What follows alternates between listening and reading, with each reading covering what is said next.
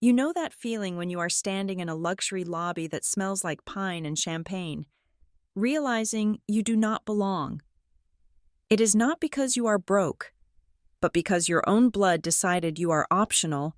I watched my confirmed reservation vanish with one quiet sentence while my mother smiled like it was just logistics. In that moment, something inside me did not break. It clicked. If they could erase me that easily, I could disappear even easier. My name is Harper Rodriguez, and I am 31 years old. But walking into the lobby of the Cedar Glass Lodge made me feel like I was 7 again, waiting for a permission slip that was never going to be signed. The air outside in Whitefish, Montana, had been biting, a sharp, clean cold that filled your lungs with the scent of pine and impending snow. Inside, however, the air was curated. It smelled of expensive cedar smoke, vanilla, and the kind of heavy silence that only money can buy. I dragged my small carry-on suitcase across the slate floor, the wheels clicking rhythmically, a sound that seemed too loud in the cavernous, timber-framed space. My heart was doing that stupid, hopeful flutter against my ribs. I had told myself on the flight over from Arizona that this time would be different. This was my sister's wedding. Sloan was getting married to Grant Halstead, a man whose family practically owned the mountain range we were currently standing on. This wasn't just a ceremony, it was a coronation, and I, the invisible older sister, the waitress who picked up extra shifts to pay rent, had been invited. I had booked my room 3 months ago. I had paid the deposit. I had bought a dress that cost me 2 weeks of tips. I was trying, God, I was trying so hard to fit into the frame they had built. I approached the reception desk. The wood was polished to a mirror shine, reflecting the massive antler chandelier overhead. The woman behind the computer, whose name tag read Raina, looked up with a professional smile that faltered the second I gave her my name. "Checking in for the Rodriguez-Halstead wedding block," I said, forcing a brightness into my voice that I didn't feel. "Harper Rodriguez," Raina typed. Then she stopped typing. She clicked the mouse a few times, her brow furrowing in that specific way customer service workers do when they are about to deliver bad news but are trying to figure out the softest way to say it. The silence stretched. A log shifted in the massive stone fireplace across the lobby, sending a shower of sparks up the chimney. "Ms. Rodriguez," Raina said, her voice dropping an octave, as if she were sharing a state secret. "I see your reservation here, but there seems to be a note on the file." "A note?" I asked. My grip tightened on the handle of my suitcase. "I have the confirmation email right here on my phone. I paid the deposit 3 months ago." "I see that," Raina said, and I saw genuine pity in her eyes. I hated it. Pity is just polite disgust. "But the room assignment has been adjusted. As of this morning, the suite you reserved has been reallocated to the master account of the wedding party." Reallocated. The word tasted like ash. "I don't understand. Is the hotel full? Completely?" Raina said gentle. "Every room in the lodge is booked for the weekend. The wedding party has exclusivity." "But I am the wedding party," I said, my voice rising just a fraction, desperation leaking through. "I am the bride's sister." "I know," Raina said, and she looked down at her keyboard. "There must be a mistake," I said, reaching for my phone to pull up the email, the digital shield I always used when the world tried to tell me I was wrong.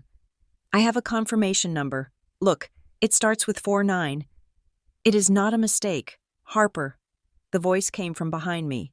It was cool, smooth, and terrified me more than any shout ever could.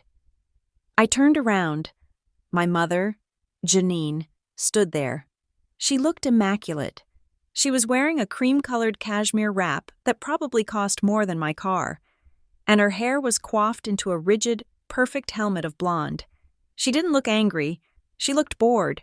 She reached up and adjusted her diamond necklace, a slow, deliberate movement that drew attention to the jewels resting against her throat. "Mom," I said, exhaling. "Thank God. There is a mix-up with my room. They said it was reallocated." Janine didn't blink. She walked past me to the counter. Placing a manicured hand on the wood, she didn't look at me. She looked at Raina. Is everything settled with Mr. Crane's check-in? Yes, Mrs. Rodriguez, Raina said, her eyes darting between my mother and me. Here are his keys. Good, Janine said. She finally turned to me, her expression mild, like she was explaining why we couldn't have ice cream for dinner. It wasn't a mix-up. Harper, Beckett Crane needed the suite. You understand? I stared at her. The lobby seemed to tilt slightly to the left. Beckett Crane, the investor guy, the partner. He is the financial partner for the Halstead development deal, Janine corrected me, her tone sharp. He decided to come last minute. We didn't have any other VIP suites available. So you gave him mine, I said. It wasn't a question. He is vital to the family's future, Janine said, brushing a piece of invisible lint off her shoulder. Grant's parents are trying to close a massive land deal in the valley. Beckett needs to be comfortable. It is just logistics. Harper, don't look so tragic. Just logistics, I repeated. Mom, I paid for that room. I saved for 3 months. I sent you the receipt. We will reimburse you, Janine said, waving her hand dismissively. The family account will cover your deposit. Honestly. Harper, don't make a scene. Not today. Not on Sloane's weekend. I am not making a scene, I whispered, conscious of the bellhop standing 10 feet away. I am standing here with my luggage and nowhere to sleep. You canceled my reservation without even calling me. I didn't want to worry you while you were traveling, Janine said. Besides, you are adaptable. You always have been. There it was.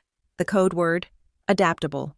It was the word they used to cover up the fact that they constantly bent me until I snapped, and then praised me for not screaming while I broke. Sloane was the porcelain doll. I was the rubber ball. You could throw me against the wall, and I was expected to bounce back. Where am I supposed to stay? I asked, my voice trembling. I hated that I was trembling. I wanted to be made of stone, like the fireplace, but I was just flesh and nerves. Janine sighed, as if my homelessness was a profound inconvenience to her schedule. She pointed a manicured finger toward the heavy glass doors, out toward the darkening mountains. There is a motel down the pass, she said. The Pine Cone, or something like that. It is about 20 minutes away. It is clean enough. I checked online. The motel, I said flatly. You want the sister of the bride to stay in a roadside motel 20 minutes away while a business partner sleeps in my room. He is not just a partner. He is a crane, Janine hissed, her veneer of calm cracking just enough to show the steel underneath. He is worth millions to this family. To your sister. Stop making this about you. For once in your life, Harper. Just take one for the team. I am always the team, I said. Feeling the sting of tears in my eyes, I refused to let them fall. I am the only one on the team who ever gets cut. You are being dramatic, Janine said, checking her watch, a Cartier tank that gleamed under the soft lighting. I have to go. Sloane is having a crisis about the napkin folds. Put your things in your car and go check into the motel. And don't be late for the family photos at 5. The lighting is specific. She turned her back on me. She didn't wait for an answer. She just walked away, her heels clicking on the slate, marching toward the elevators that would take her up to the warmth, the luxury, and the daughter she actually wanted. I stood there, frozen. The humiliation was a physical weight, pressing down on my shoulders. I felt stripped bare in the middle of this beautiful, expensive lobby. Ms. Rodriguez. The whisper came from the counter. I turned back to Raina. She was looking around to make sure no one was watching. Her manager was busy on the phone at the far end of the desk. Raina slid a piece of paper across the polished wood. It was face down. I am not supposed to show you this, she murmured, her eyes kind and angry at the same time. But I have a sister too, and if our mom did this to her, I would burn the building down. I picked up the paper. It was a printout of the reservation log. I scanned the lines until I saw my name. There was a red strike-through line across Harper Rodriguez, and above it, typed in bold, was Beckett Crane. But it was the bottom of the log that made my stomach turn over. Authorized by Janine Rodriguez via guest portal. Timestamp 7:12 a.m. 7:12 in the morning. I looked up at Raina. 7:12. She did it first thing this morning, Raina whispered. Before you even got on your flight, we had a cancellation in the standard wing at 10 o'clock. A perfectly good room. I called your mother to see if she wanted to move you there so you could stay in the lodge. I felt the blood drain from my face. And what did she say? Raina hesitated, then leaned in closer. She said no. She said, and I'm quoting here, "Don't bother. She is used to roughing it. Save the standard room for the photographer's assistant." The world stopped. It wasn't just about Beckett Crane. It wasn't just about money or business or the Halstead deal. It was a choice, a deliberate, calculated choice to push me out. She could have kept me close. She could have put me in the standard room. Instead, she gave it to an assistant and sent her own daughter down the mountain to a motel. "Thank you," I said to Raina. My voice sounded strange to my own ears, hollow, calm. "Thank you for showing me this." "I am really sorry," Raina said. "If I had a room, I would give it to you, I swear." "It is okay," I said. "It is not your fault." I folded the paper and put it in my pocket. It felt heavy, like a stone. I grabbed the handle of my suitcase. The cheerful click, click, click of the wheels sounded different now as I turned away from the desk. It sounded like a countdown. I walked past the guests who were arriving, people in fur coats and designer boots, laughing and hugging.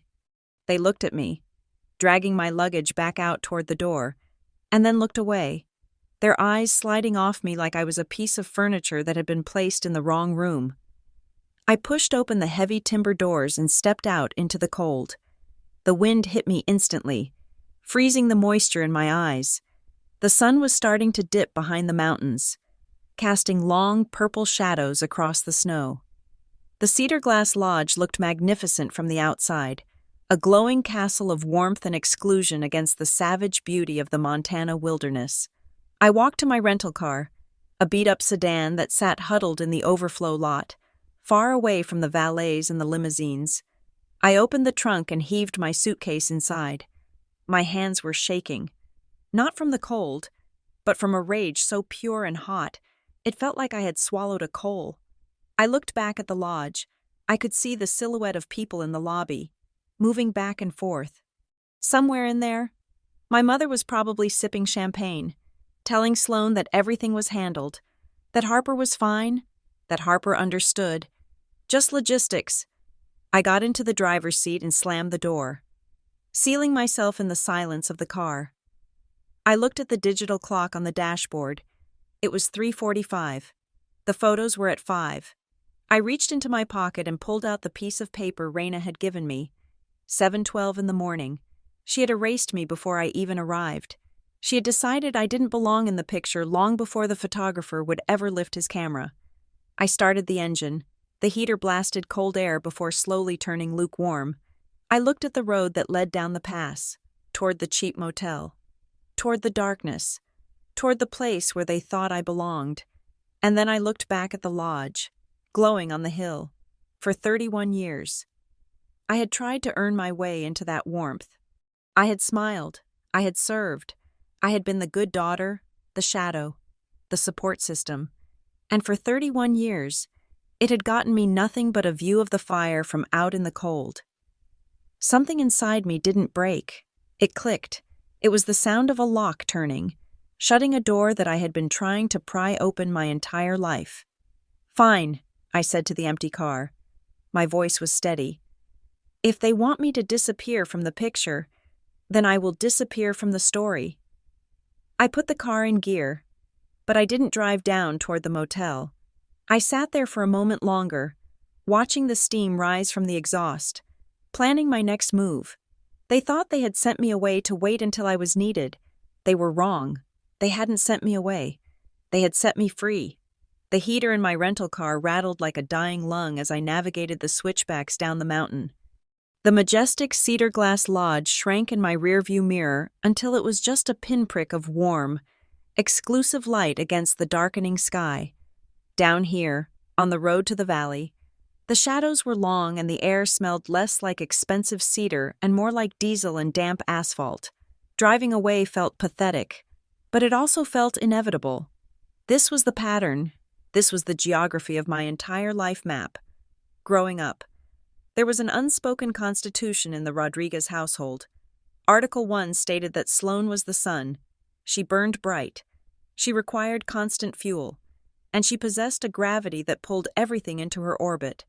Article 2 stated that I, Harper, was the shadow. My job was not to shine. My job was to provide the contrast that made the light look brighter. I was the cooling shade where people rested when Sloane's intensity became too much. But I was never the destination. It started after our father, Nolan, left. I was barely 6 years old enough to remember the sound of the front door slamming, a sound that seemed to echo in our hallway for a decade. Sloane was a toddler, a bubbling, golden-haired distraction. Janine did not grieve the loss of her husband. She reorganized her assets.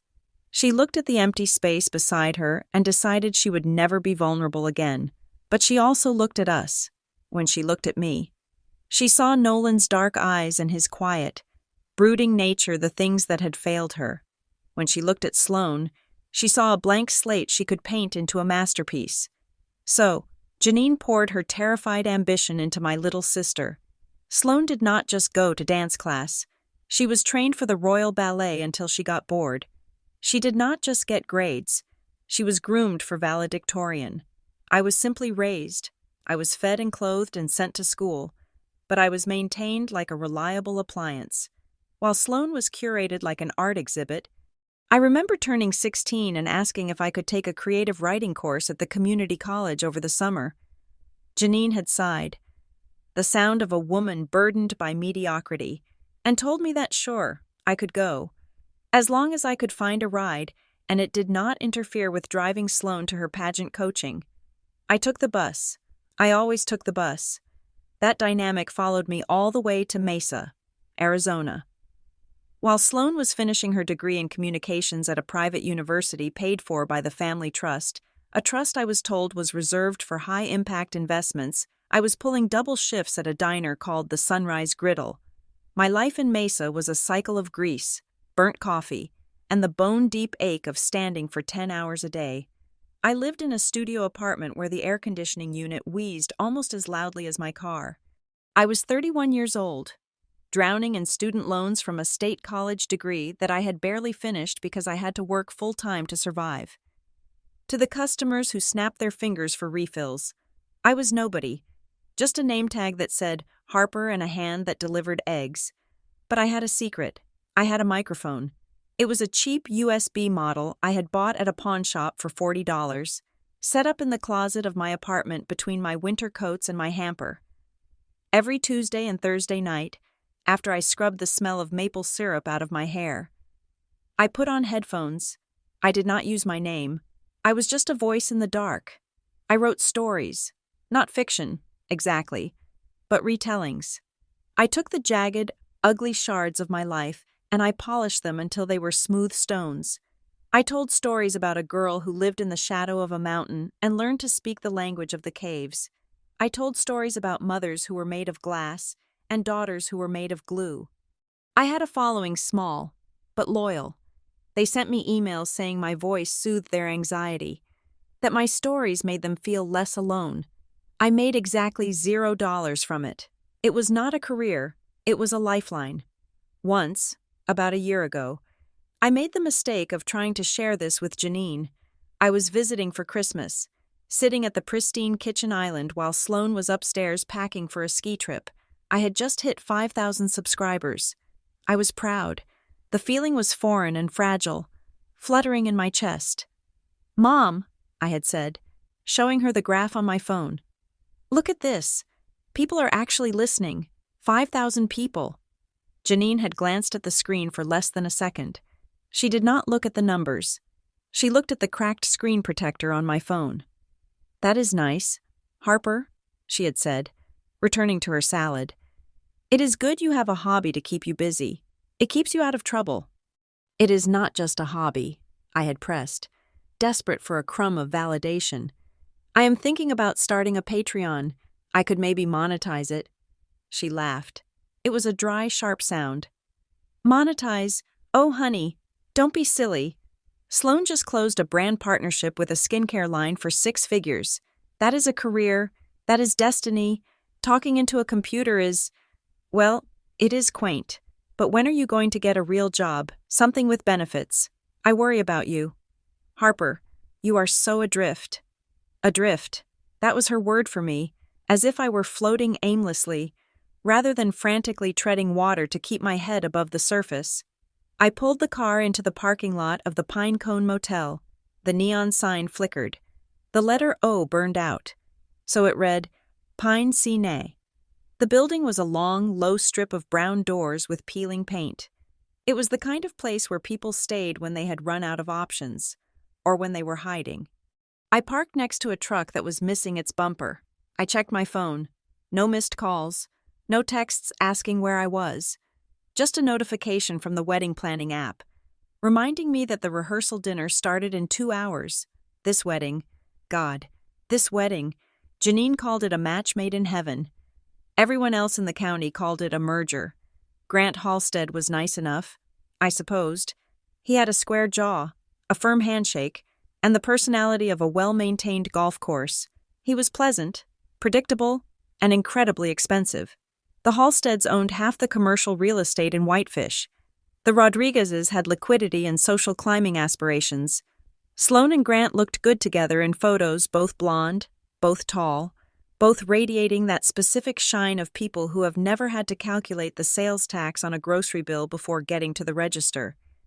I did not think they were in love. I thought they were in agreement. They were 2 corporations signing a contract to merge their assets and produce genetically superior heirs. And I was the unpaid intern of this merger. For the last 6 months, my phone had been a hotline for crisis management.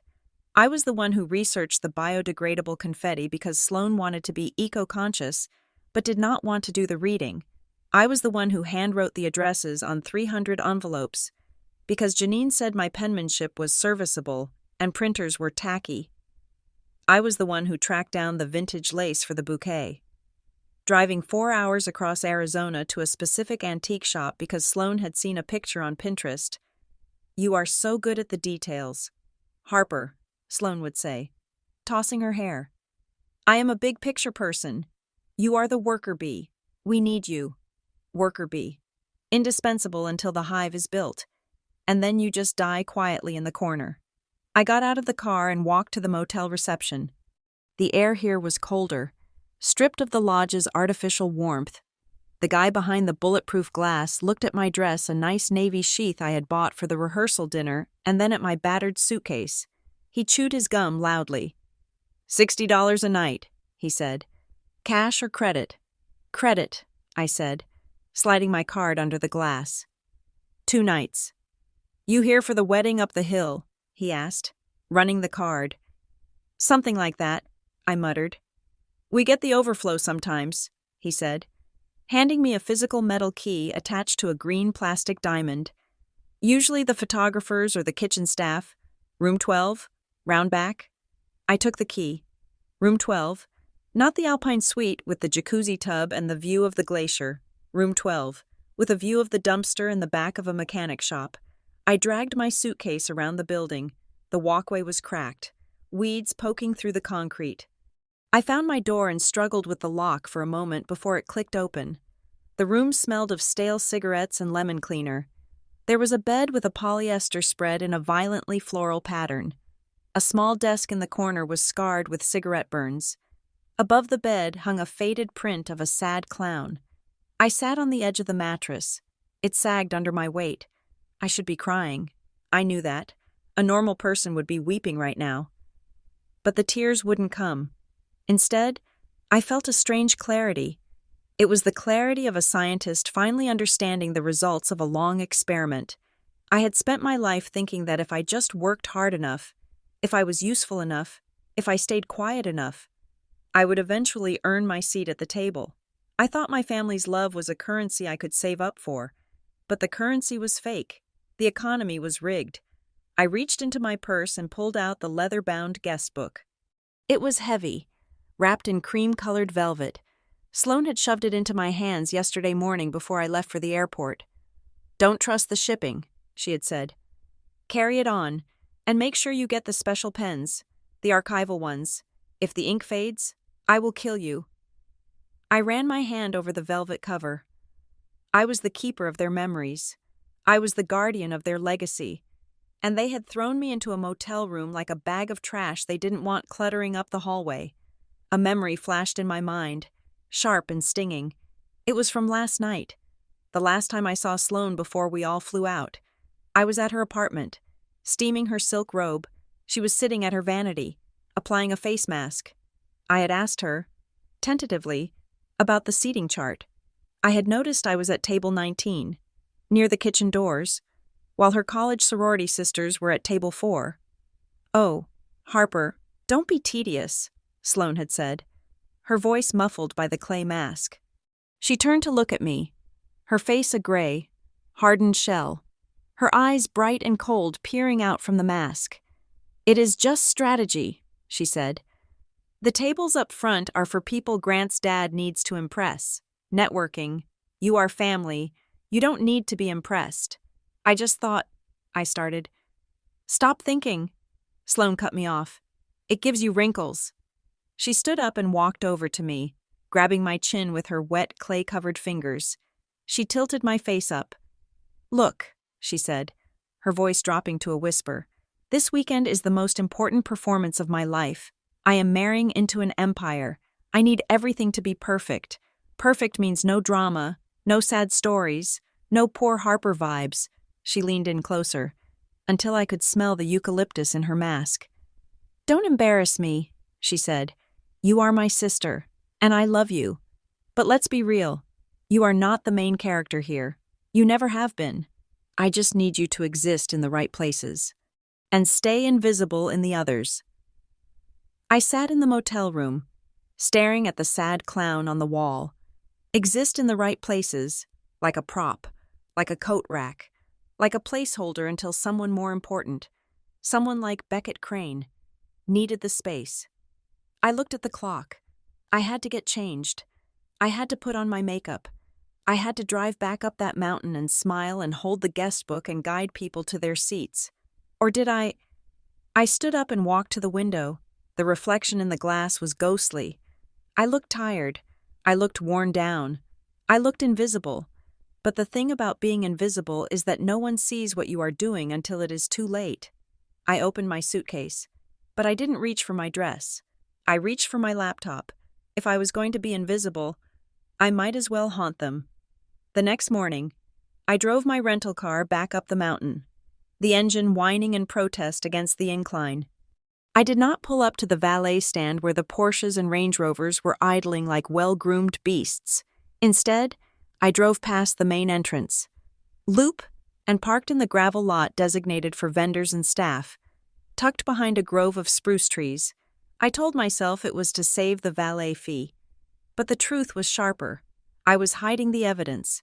My rusted sedan was a blemish on the visual perfection of the Halstead-Rodriguez merger, and I had been trained well enough to know that blemishes belonged out of frame. I walked the quarter-mile to the lodge in my heels, carrying a garment bag containing my bridesmaid dress. The air was crisp, biting at my exposed ankles, but the lodge was already buzzing with the manic energy of a wedding day. Florists were hauling in arches of white hydrangeas that probably cost more than my entire college education. The schedule said, "Family portraits," at 10 o'clock sharp on the south lawn. I changed in a public restroom near the kitchen, avoiding the bridal suite where I knew Sloane and Janine were currently sipping mimosas and getting airbrushed. When I emerged, wearing the dusty rose gown that Sloane had selected because it didn't distract from the bride, I made my way to the lawn. The setting was aggressively beautiful. The mountains provided a jagged, purple backdrop, and the light was that rare, high-altitude gold that photographers worship. The photographer, a man with a scarf and a camera lens the size of a telescope, was already shouting directions at Grant's family. Chin down. Mrs. Halstead wonderful. Now, look at the mountain like you own it. Perfect. You probably do. Laughter rippled through the group. It was the easy, confident laughter of people who have never worried about an overdraft fee. I stood to the side, waiting. Janine was there, directing traffic. She looked at me, gave a tight nod that was less of a greeting and more of an inventory check to ensure I was wearing the right shoes, and then turned back to the photographer. Okay, let's get the Rodriguez side, the photographer yelled. Mother, bride, and who is that sister? Okay, sister, jump in.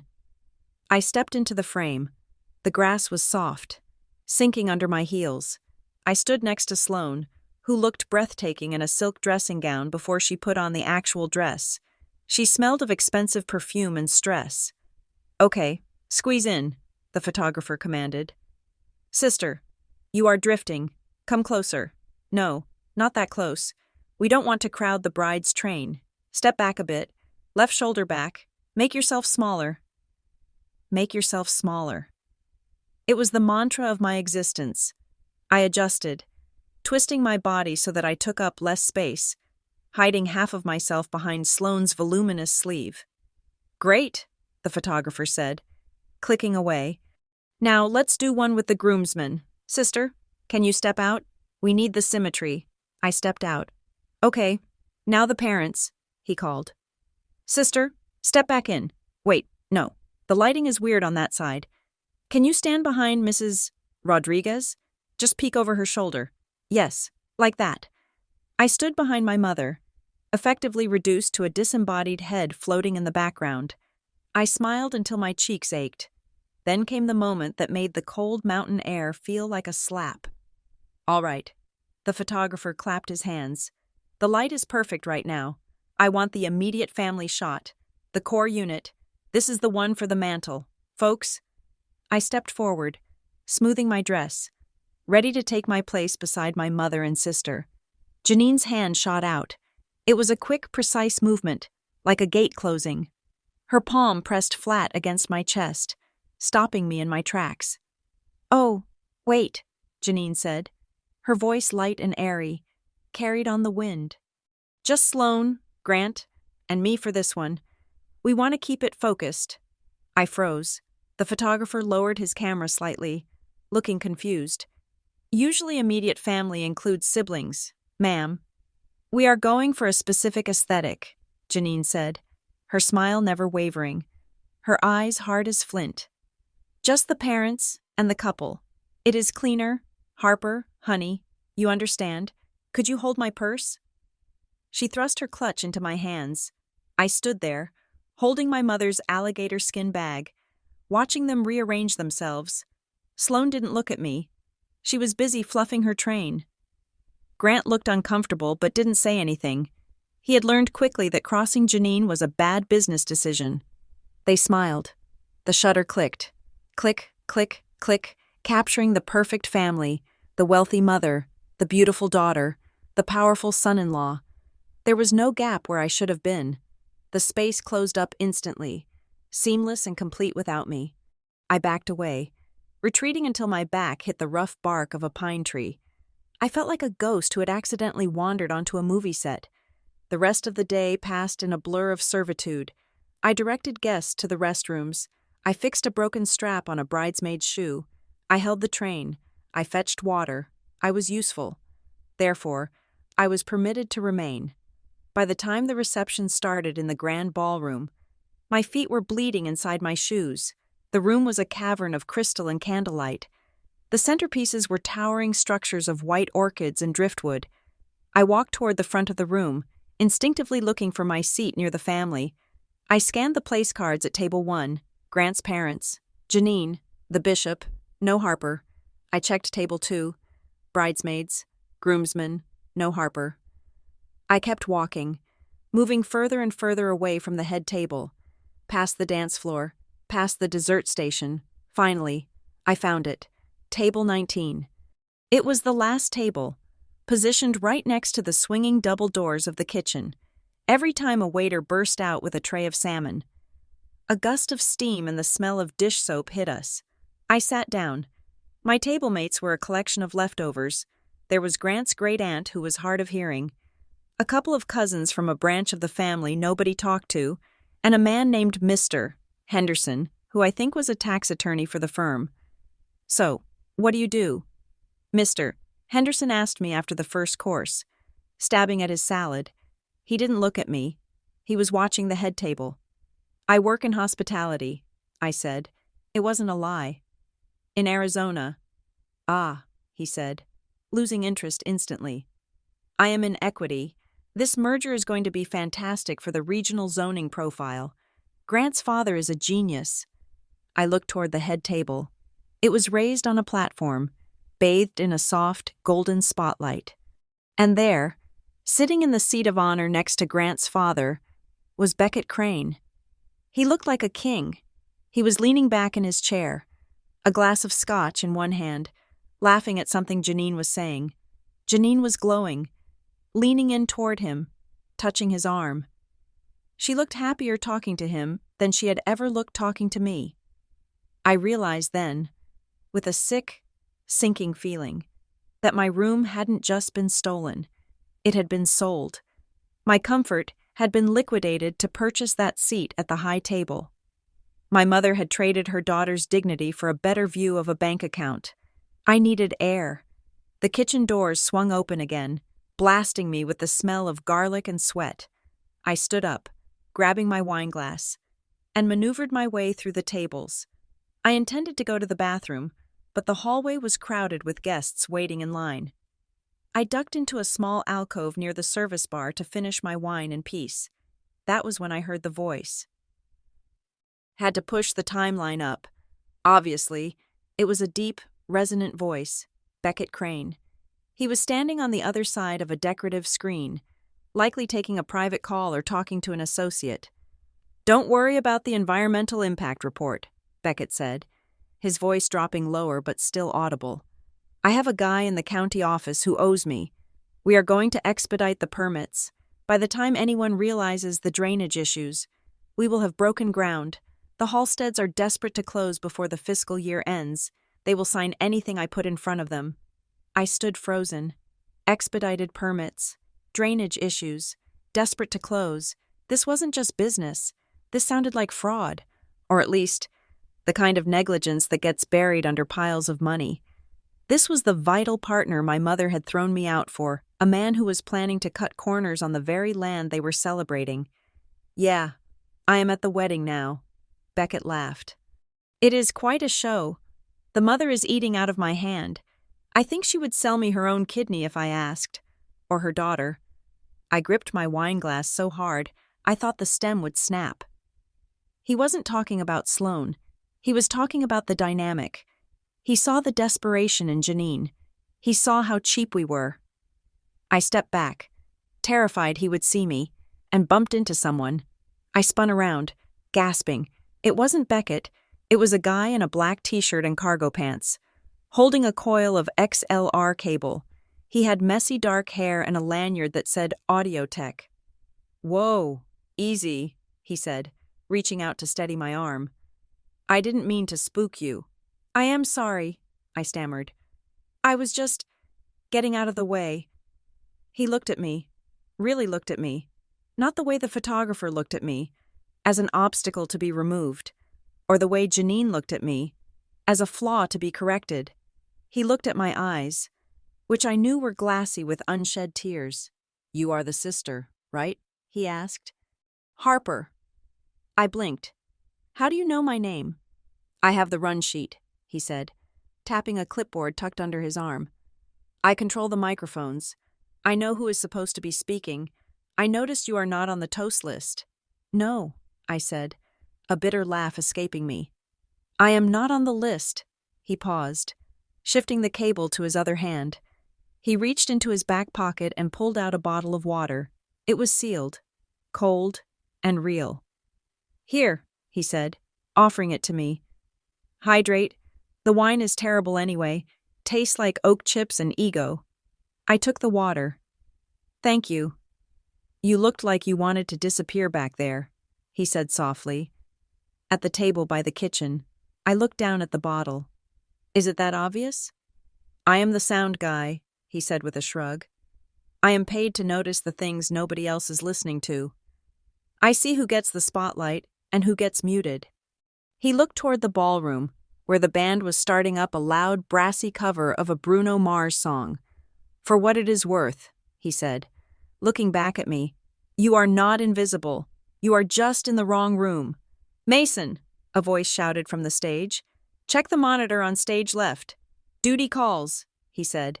He gave me a small, crooked smile. Hang in there. Harper. He jogged away. I stood there, holding the cold water bottle, feeling a strange warmth in my chest.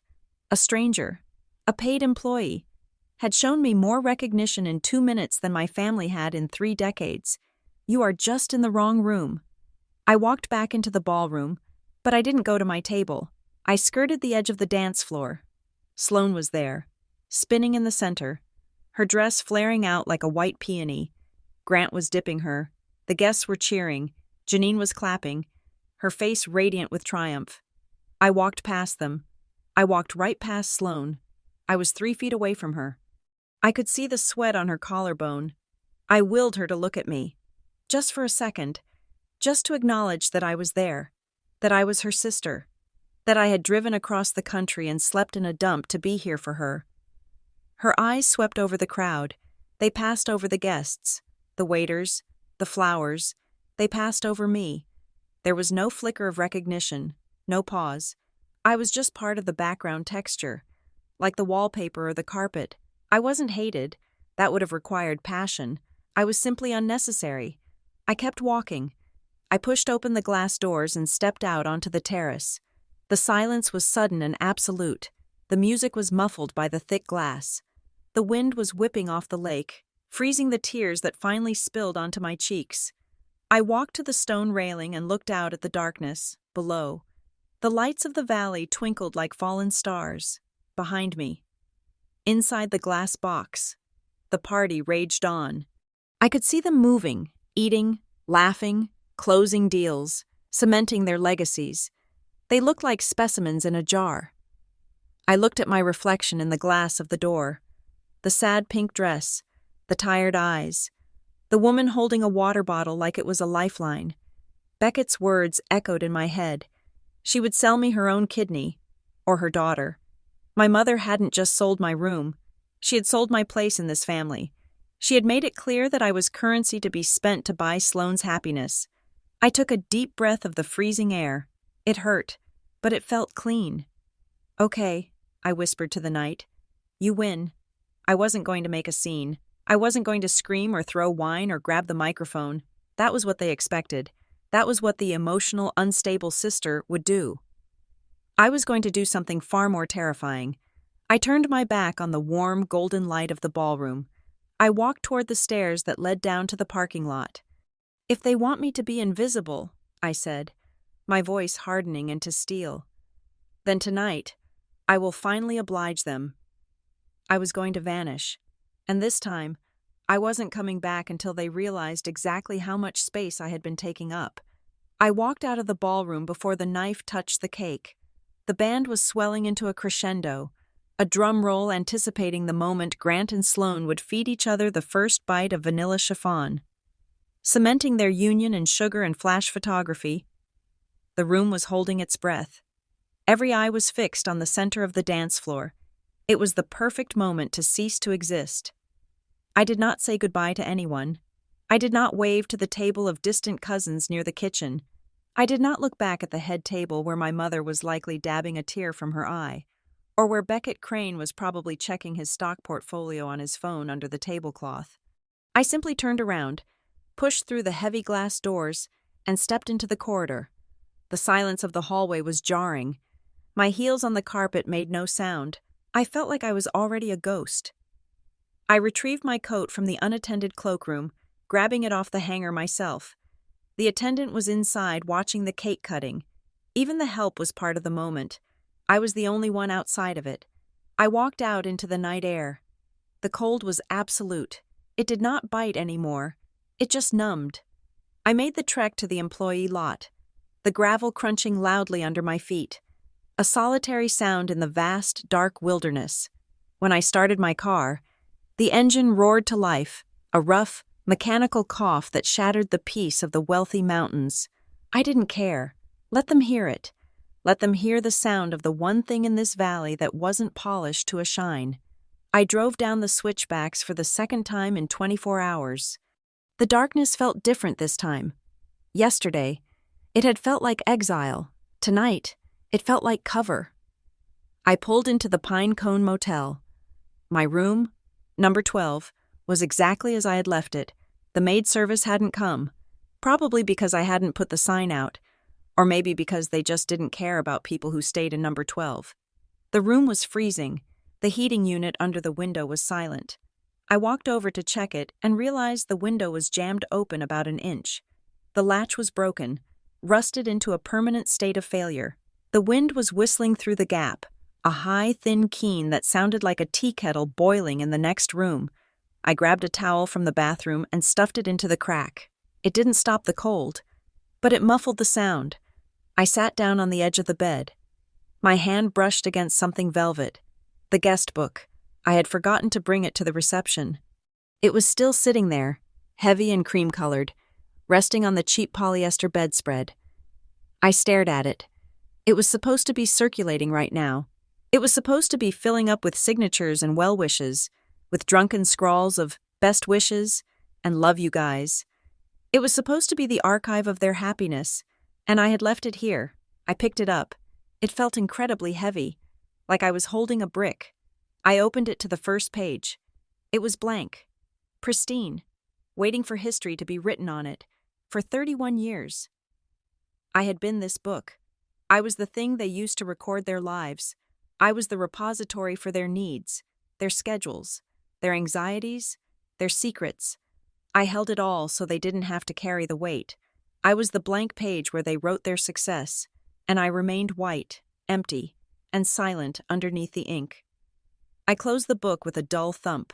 I wasn't going to carry it anymore. I stood up and stripped off the bridesmaid dress. The zipper snagged, and I yanked it, not caring if the fabric tore. I let the dusty rose chiffon pool on the dirty carpet.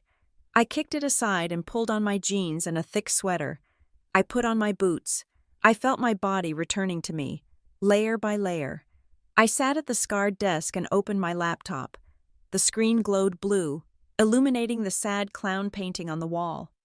I logged into my audio software. Usually, I had a script.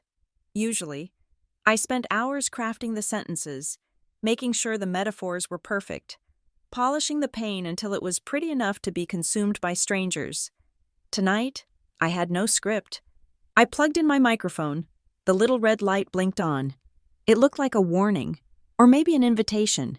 I hit record. You know that feeling when you're standing in a luxury lobby that smells like pine and champagne? I said, my voice low and steady in the freezing room. And you realize you don't belong there, not because you are broke, but because your own blood decided you are optional. I paused. The waveform on the screen was a jagged black line, a visual representation of my voice cutting through the white noise. I watched my confirmed reservation vanish with one quiet sentence. I continued. I watched my mother smile like it was just logistics, and in that moment, something inside me didn't break. It clicked, because if they could erase me that easily, I could disappear even easier. I didn't tell them about the wedding. I didn't mention Sloane or Janine or Grant or the Halstead Empire. I didn't use names. I just talked about the room. I talked about the specific, hollow ache of being replaced by a business deal. I talked about the feeling of standing in a photo and being told to make yourself smaller until you effectively cease to exist in 3 dimensions. I spoke for 12 minutes. I didn't edit out the breaths. I didn't edit out the sound of the wind rattling the window frame.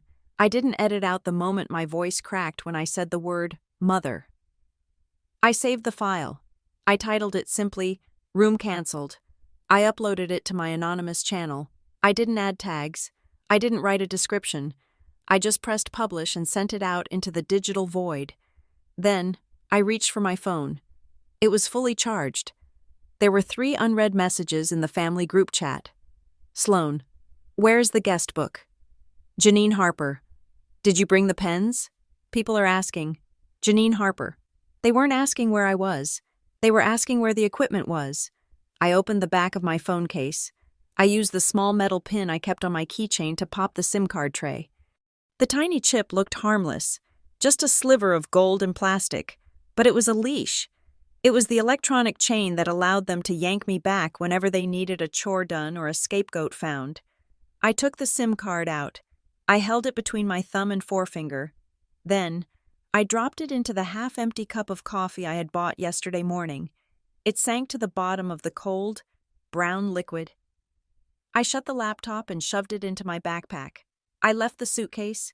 I left the bridesmaid dress on the floor. I left the guest book on the bed. A blank testament to my absence. I only took what I could carry on my back. I walked out of the room and left the key in the door.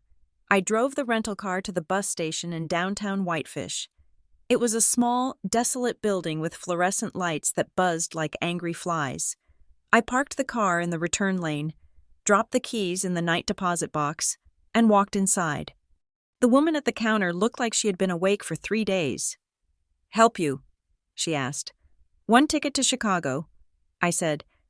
"Next bus is in 20 minutes, she said, typing slowly. "That is a long haul.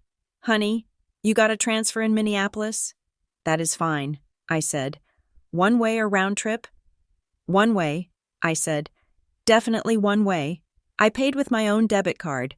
It drained half of my savings. But I didn't care. I needed to go to Chicago. There was a storytelling festival there next week, the Voice Narrative Summit. I had looked at the website 100 times over the last year, dreaming of going, but I had always told myself it was too expensive, too far, too selfish. Janine would have called it a frivolous distraction. Now, it was my destination. I sat on the hard plastic bench waiting for the bus. I opened my laptop one last time to check my email, just to make sure the bus ticket confirmation had come through. There was a new email in my inbox. The subject line was blank. The sender was frontdesksetterglass.com. My heart hammered. Had they found me? Was Janine already tracking me down? I opened it. It wasn't from Janine. It was from Raina. "Dear Harper, I am not supposed to do this. I could get fired. But I saw you leave yesterday and I saw your face. I have a feeling you are going to need this someday. It is the full system log of the transaction. It shows the IP address of the modification, the user ID, your mother's account, and the notes field where she typed the instructions. The note says, override existing res, priority to crane, do not notify guest. Good luck. The mountains are too cold for people with warm hearts. Raina. I stared at the screen. My vision blurred. Do not notify guest. She had explicitly typed it. It wasn't an oversight. It wasn't a mistake. It was a command. She wanted me to show up and be blindsided. She wanted me to be off balance so I would be easier to control. But that wasn't what made my throat tight. It was Raina, a woman I had met for 5 minutes, a woman who owed me nothing. She had risked her livelihood to give me a weapon. I downloaded the attachment and saved it to 3 different folders. I felt a tear slide down my cheek, hot and fast. I had spent my whole life trying to extract love from my family like water from a stone, and here was a stranger, offering me a cup of water just because she saw I was thirsty. The bus pulled up outside, a massive silver beast hissing air brakes. The driver opened the door and stepped out to smoke a cigarette. I checked my phone one last time before I fully powered it down. It was still connected to Wi-Fi. A message popped up on the screen, an iMessage sent to my Apple ID. It was from Janine. Sent 2 minutes ago. Remember to return the rental items tomorrow. That was it. It was 1 a.m. I had vanished from the wedding. The guest book was missing. And she was texting me about the centerpiece vases and the tablecloths. She wasn't worried that I was dead in a ditch. She was worried about her security deposit. I looked at the message. I didn't feel angry anymore. I felt light. The final tether had just snapped. I didn't reply. I turned the phone all the way off, the screen going black. I put it deep into my backpack. I boarded the bus. It smelled of disinfectant and old upholstery. There were only a few other passengers, a man sleeping with his hat over his eyes, a teenager with headphones, an older woman knitting in the dark. I walked to the back and found a window seat. I sat down and pulled my knees up to my chest. The bus lurched forward, pulling out of the station. We rolled through the sleeping town of Whitefish. We passed the turnoff that led up to the Cedar Glass Lodge. I didn't look up at it. I looked straight ahead at the highway, a ribbon of asphalt disappearing into the black void. The miles began to tick by. The mountains started to recede, their jagged teeth losing their bite as we descended toward the plains. I closed my eyes and leaned my head against the cold glass. The vibration of the engine hummed against my skull. It felt like movement. It felt like progress. Chicago was 1,000 miles away. It was a city of wind and noise and millions of stories. Nobody knew me there. Nobody expected me to hold their purse or fix their problems or be the shadow to their light. I was terrifyingly alone.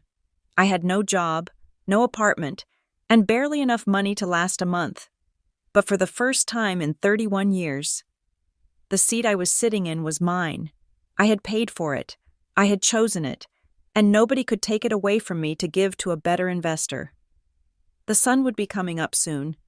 The sky in the east was beginning to turn the color of a bruised plum. I watched the horizon. "Go ahead," I whispered to the reflection in the window.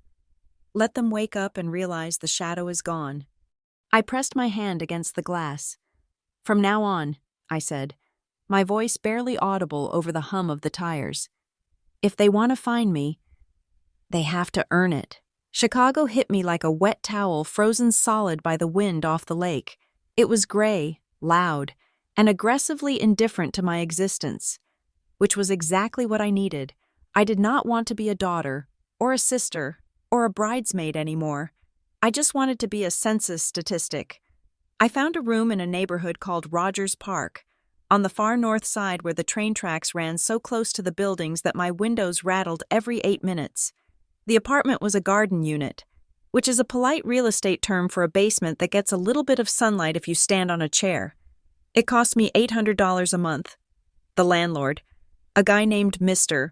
Kowalski, who always smelled like sausages and bleach, did not ask for a credit check. He just asked for first and last month's rent in cash. I gave him almost everything I had left from my savings. My new life was not glamorous. It was a hustle. It was a montage of caffeine and sore feet. I got a job 3 days after I arrived at a coffee shop called The Grind on Clark Street. The manager, a girl with blue hair and a nose ring named Jax, hired me because I could carry 3 milk crates at once. My shift started at 5:30 in the morning. For 8 hours a day, I was a machine of steam and foam. I learned to make a latte in 40 seconds. I learned to smile at customers who threw their credit cards at me without looking up from their phones. I learned that in a city of 3 million people, you can stand behind a counter and be completely anonymous. But one job was not enough to pay Chicago rent and buy groceries that were not instant noodles. So, I found a second one. In the evenings, I worked at a bookstore called The Dog-Eared Page. It was a chaotic, dusty labyrinth of shelves that smelled of vanilla and old glue. The owner, Tori, was a woman in her 60s who wore oversized cardigans and reading glasses on a chain. She hired me because I knew who wrote The Bell Jar without looking it up. "You look like you are running from something, honey," Tori had said on my first night, handing me a feather duster. "That is fine. We are all running from something here. Just don't steal the first editions." My days became a blur of motion. Up at 4, coffee shop until 1, nap for an hour, bookstore from 4 until 9. Sleep, repeat. It was exhausting. My bones ached. My hands were dry from washing dishes. But for the first time in my life, the exhaustion belonged to me. I was not tired because I was carrying my mother's emotional baggage. I was not tired because I was running errands for Sloan. I was tired because I was building a floor under my own feet. 2 weeks into my new life, I saw a flyer on the bulletin board at the bookstore. Spoken word storytelling open mic. Tuesday nights. The Red Room. I stared at it. The old Harper would have taken a picture of it and never gone. The old Harper would have told herself she was not ready, that she needed permission, that Tuesday. I swapped shifts with a coworker. I put on my best sweater. I walked to the Red Room, a dive bar with sticky floors and dim red lighting. The room was packed. People were drinking cheap beer and laughing. There was a sign-up sheet on a clipboard by the stage. I walked over to it. My hand was shaking so hard the pen rattled against the paper. I looked at the names: Mike, Sarah, J-Bone. I took a breath that tasted of stale smoke and courage. I wrote down my name. Not anonymous, not the spare room, Harper Rodriguez. I did not tell the wedding story that night. I told a story about a girl who learned to drive in a parking lot during a monsoon. It was 5 minutes long. When I finished, the applause was not polite. It was real. It was loud. I walked off the stage, and my knees finally gave out. I sat down at a small table, my heart hammering against my ribs like a trapped bird. "That was good," a voice said. I looked up. A woman was standing there. She looked like she was carved out of granite and expensive skincare. She was wearing a sharp blazer and holding a martini. "I am Daphne Cross," she said, extending a hand. "North Shore Audio Group." I shook her hand. "Harper." "I know," she said. She pulled out a chair and sat down without asking. "I was in the back. You have a voice. Harper, it is not trained. You breathe in the wrong places. Your pacing is a little frantic." I felt the old shame prickle at my neck. "Oh, I can work on that." "Don't," Daphne said sharply. "I don't want polished. I can hire an actor if I want polished. You sound like you are bleeding. People are starving for that." She reached into her bag and pulled out a tablet. "I heard your audio clip," she said. "The one called Room Cancelled." My stomach dropped. "How I posted that on an anonymous server."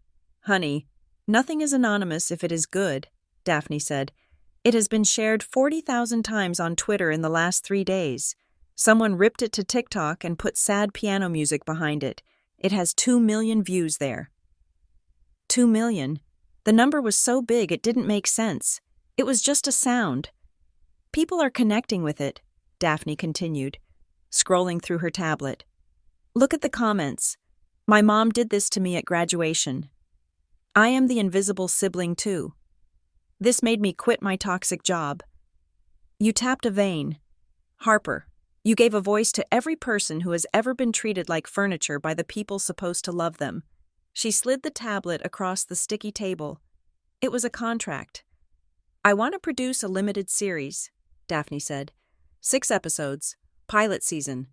We call it The Spare Room. You tell your stories, the real ones, the ugly ones. We pay you $5,000 an episode." $5,000. That was more than I made in 3 months at the diner in Mesa. "Why?" I asked. "Why me?" "Because you are angry," Daphne said, taking a sip of her martini. "And you are articulate. That is a dangerous combination, and it is very profitable." I looked at the contract. I looked at my name printed at the top. Harper Rodriguez. "I will do it," I said. The next few weeks were a whirlwind.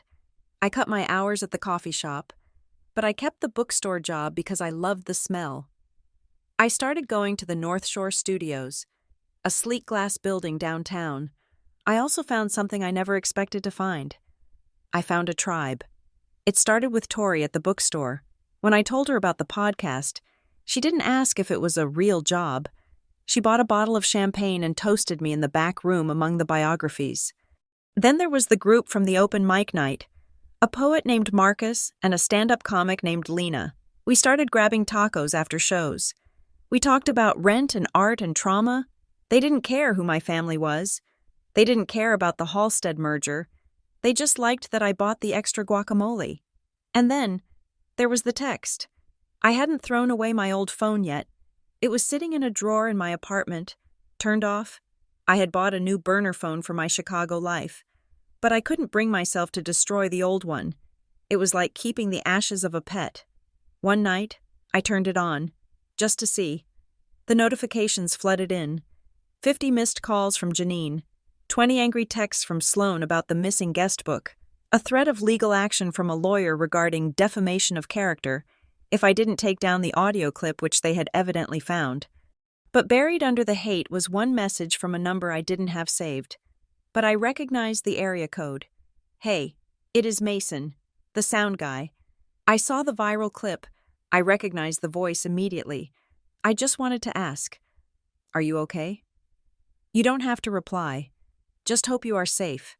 The view from the terrace was too cold for anyone to stay out there long. I stared at the screen. Mason, the guy who gave me water. The guy who told me I wasn't invisible. He hadn't asked for anything. He hadn't told me to call my mother. He just asked if I was okay. I made a decision. I saved the audio files of the voicemails from Janine Evidence. Daphne had taught me that. I took screenshots of Sloane's texts. Then, I replied to one person, I am okay. I am more than okay. I am in Chicago. Here is my new number. Don't give it to anyone. I hit send. Then I took the SIM card out of the phone again. I walked to the kitchen, turned on the garbage disposal, and dropped the little plastic chip into the grinding metal teeth. It made a terrible, satisfying crunch. I wasn't doing it for revenge. I wasn't doing it to hurt them. I was doing it because you cannot heal in the same place where you got sick. I was closing the door so I could finally open a window. The next morning, I walked into the recording booth at North Shore Audio. It was a small, soundproof room padded with acoustic foam. It was silent, dead silent. I sat in the chair. I put on the heavy headphones. I adjusted the microphone. Through the glass, Daphne gave me a thumbs up. Rolling when you are ready, Harper. I closed my eyes. For 31 years, I had been trained to be quiet. I had been trained to edit myself down to a palatable sound bite.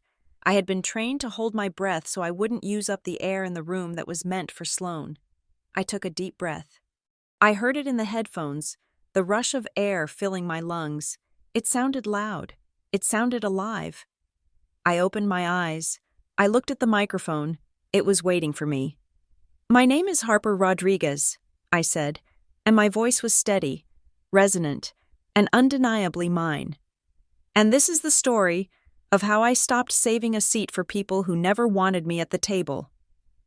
I wasn't disappearing. I was finally, for the first time in my life, coming into focus. The numbers on the screen were abstract, but the noise they made was deafening. My podcast, The Spare Room, had hit #1 on the storytelling charts in 3 countries. I stared at the analytics dashboard on my laptop, sipping coffee that I had paid for with money I earned from my own voice. 2 million downloads. It was a number so large it felt fictional, like the distance to the moon. With the numbers came the emails. Not the hate mail from my family, I had blocked those avenues, but inquiries. Real, lucrative inquiries. A mattress company wanted to sponsor the next episode. An online therapy platform offered a contract that was worth more than my car. A university in Oregon wanted me to fly out and speak on a panel about narrative reclamation. I should have been popping champagne. Instead, I was hyperventilating in my kitchen. Success. I was learning. Felt suspiciously like exposure. For 31 years, safety had meant invisibility. It had meant blending into the drywall so Janine would not criticize my outfit or Sloane would not ask me to run an errand. Now, the spotlight was swinging toward me, huge and blinding, and my instinct was to dive under the table. Daphne Cross would not let me hide. You are a brand now, Harper, she told me in her office. Sliding a stack of documents across her glass desk, the view behind her was of the Chicago skyline, steel and ambition rising out of the fog. And brands need armor. I don't feel like a brand, I said, picking up the papers. I feel like a fugitive. That is the imposter syndrome talking, Daphne said, clicking her pen. Listen to me. These are copyright filings. We are trademarking the show title. We are registering your content, because right now, you are the underdog darling of the internet. But give it a month, and the sharks will smell blood. They will try to steal your format, your story, your tagline. We are building a fence around you. She looked at me, her eyes sharp but not unkind. You are used to giving everything away for free. Harper, your time, your labor, your dignity, that stops now. Nobody touches your story unless they pay the admission fee. I signed the papers. My hand was steady, even if my stomach was churning. It was at one of Daphne's industry mixers that I met Elliot Vance. I was standing near the cheese platter, calculating the fastest exit route, when a man in a rumpled corduroy jacket bumped into the table. He wasn't slick like the marketing guys in the room. He had messy hair and tired eyes, and he was holding a plate with 4 deviled eggs on it. "I know," he said, catching me staring at his plate. "It is aggressive, but I skipped lunch to edit, and these are free." I laughed. It was a genuine laugh, sudden and surprising. I was eyeing the brie myself. "I am Elliot," he said, shifting the plate to extend a hand. "I make documentaries, currently starving." "Harper," I said. "I make audio." "I know," he said. The playfulness vanished from his face, replaced by a serious, intense gravity. "I listened to episode 3 this morning, the one about the birthday party that wasn't. It wrecked me." I tensed, waiting for the pity, waiting for the awkward, "I am so sorry your mom is a monster" speech. "Your pacing is incredible," he continued. "The way you hold the silence before the reveal, that is masterful editing." He didn't pity me. He respected me. We ended up talking for 2 hours in the corner of the room. Elliot told me about his project. He was filming a documentary about families that looked perfect on Instagram, but were rotting from the inside out. He wasn't interested in the scandal. He was interested in the psychology of the facade. "It is about the cost of maintenance," Elliot said, leaning against the wall. "How much energy it takes to keep the cracks from showing. You know." "I know," I said softly. "I was the spackle." He looked at me, and for the first time in a long time, I didn't feel like I was being evaluated. I felt like I was being seen. We started seeing each other. It wasn't a whirlwind romance. It was slow, cautious, like 2 people walking on ice, testing the weight with every step. He took me to a jazz club in Green Mill. He took me to a dumpling shop in Chinatown where the menu was only in Mandarin, and he ordered for us in broken, enthusiastic Chinese. The strangest thing was the lack of transaction. One night, after he cooked dinner for me at his apartment, a cluttered, cozy space filled with film reels and books, I immediately stood up to do the dishes. It was a reflex. If someone feeds you, you work. That was the law of the Rodriguez house. "What are you doing?" Elliot asked, catching my hand as I reached for the sponge. "Doing the dishes," I said. "You cooked." "So," he said, "you are my guest. Leave them. We will do them later, or I will do them tomorrow. Come sit on the couch. I want to show you this clip." "But I should help," I insisted, anxiety spiking in my chest. If I wasn't useful, why would he want me here? Elliot gently took the sponge out of my hand and set it down. He turned me around to face him. "Harper," he said, his voice low. "You don't have to pay rent for my affection. You are allowed to just exist in this space." I stood there in his kitchen, surrounded by the smell of garlic and old paper, and felt tears prick my eyes. It was a foreign language he was speaking, kindness without a price tag. "Okay," I whispered. "Okay," he smiled. My financial situation was changing rapidly. The sponsorship money hit my account, and for the first time in my adult life, the balance had a comma in it. I sat at my kitchen table and logged into the student loan portal. I typed in the full payoff amount, $13,000. It was a fortune. It was the chain that had kept me tethered to double shifts and despair. I clicked Submit Payment. The screen loaded, then a green checkmark appeared, paid in full. I waited for the euphoria. It didn't come. Instead, panic set in. What if something happened? What if the show got canceled? What if I got sick? I had just emptied my safety net. I went to the bank the next day and withdrew $3,000 in cash. I took it home and put it inside a hollowed-out copy of Great Expectations. I hid the book under my bed. It was irrational. I knew that. I had money coming in. I had a contract. But the girl who had been kicked out of her room at the Cedar Glass Lodge didn't trust digital numbers. She trusted only what she could hold in her hands when she had to run. I moved into a better apartment. It was still in Rogers Park, but it was on the second floor. It had sunlight, it had a dishwasher, it had a second bedroom that I turned into a studio. I bought a rug. I bought a coffee maker that wasn't from a thrift store. I bought a plant and named it Raina, after the receptionist who had saved me, but I still flinched when my phone rang. One evening, Elliot and I were walking along the Riverwalk.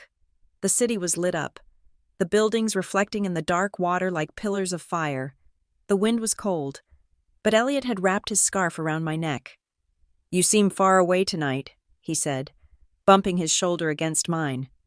"I am just waiting," I admitted. "It feels too good. Elliot, the show, the money, you. In my experience, this is the part where the rug gets pulled out." We stopped walking. We were standing under a bridge, the steel girders humming with the traffic overhead. "The rug isn't going to get pulled," Elliot said, "because you are the one weaving it this time."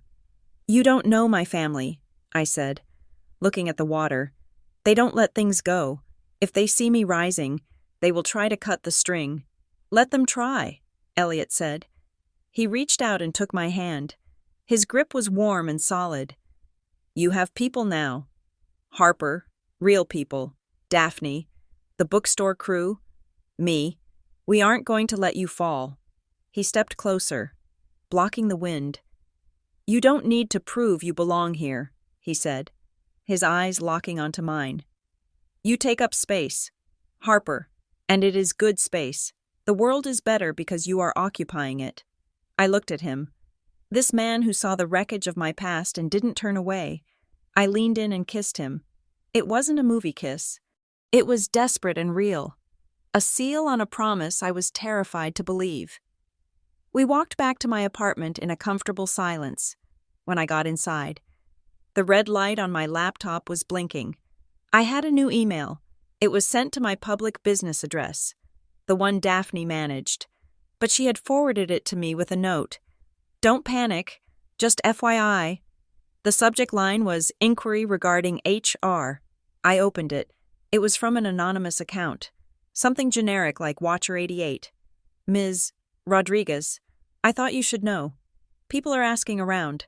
A private investigator called the diner in Mesa yesterday asking for shift logs from 3 years ago. They are looking for dirt. They are looking for anything to discredit the timeline. Be careful. They know you are in Chicago." I felt the blood drain from my face. A private investigator. Janine wasn't just mad. She was mobilizing. She was spending money, real money, to dig up the bones of my life, looking for something she could use to break me. "Harper," Elliot asked, seeing my face. "What is it?" "They are hunting," I said, my voice hollow. I sat down on the couch, my hands trembling. I thought I had escaped. I thought changing my number and moving across the country was enough. But money has a long reach, and malice has an even longer memory. I spent the next 2 days in a state of high alert. Every time I walked to the train, I checked over my shoulder. Every time a car slowed down near me, I tensed, ready to run. Daphne told me to ignore it. "Let them dig," she said. "You have nothing to hide. You were a waitress who paid her taxes and went to the library. There is no scandal." "You don't understand," I told her. "They don't need a scandal. They just need a thread. If they pull it, they think they can unravel me." Then, the other shoe dropped. It was a Tuesday morning. I was at the coffee shop not working, just visiting Jack's when my phone started buzzing. Not a call, notifications, Twitter, Instagram, email. It was a deluge. I opened Twitter. The hashtag "The Spare Room" was trending, but this time, it was accompanied by another name. I clicked on the top link. It was an article from The Gilded Cage, a popular entertainment gossip blog known for unmasking anonymous creators. The headline was in bold, black letters that looked like a tombstone. "Is the voice of the spare room actually the exiled daughter of the Montana Rodriguez dynasty?" "We have the receipts." I stopped breathing. I scrolled down. There were photos, not new ones, old ones, a blurry photo of me in the background of one of Sloane's Society debutante pictures from 5 years ago, a photo of me serving tables in Mesa, and then a side-by-side comparison of my chin and Sloane's chin. The text was worse. Sources close to the prominent Halstead-Rodriguez family in Whitefish suggest that the viral sensation known only as Harper is actually Harper Rodriguez, the estranged sister of socialite Sloane Halstead. The family claims the podcast is a work of vindictive fiction created by a troubled sibling with a history of mental instability. Troubled. Mental instability. There were the buzzwords. Janine's fingerprints were all over the article. She hadn't just found me. She had launched a preemptive strike. She was painting me as the crazy one before I could even say my own name. I looked up. The coffee shop looked the same. The espresso machine hissed. Jax was wiping the counter, but the world had tilted on its axis. The anonymity was gone. The shield was shattered. I looked at the screen again. The name Rodriguez stared back at me. It wasn't just a name anymore. It was a target. I stood up, my chair scraping loudly against the floor. They wanted a war. They wanted to drag me back into the light so they could burn me. I grabbed my bag. I wasn't going to run. Not this time.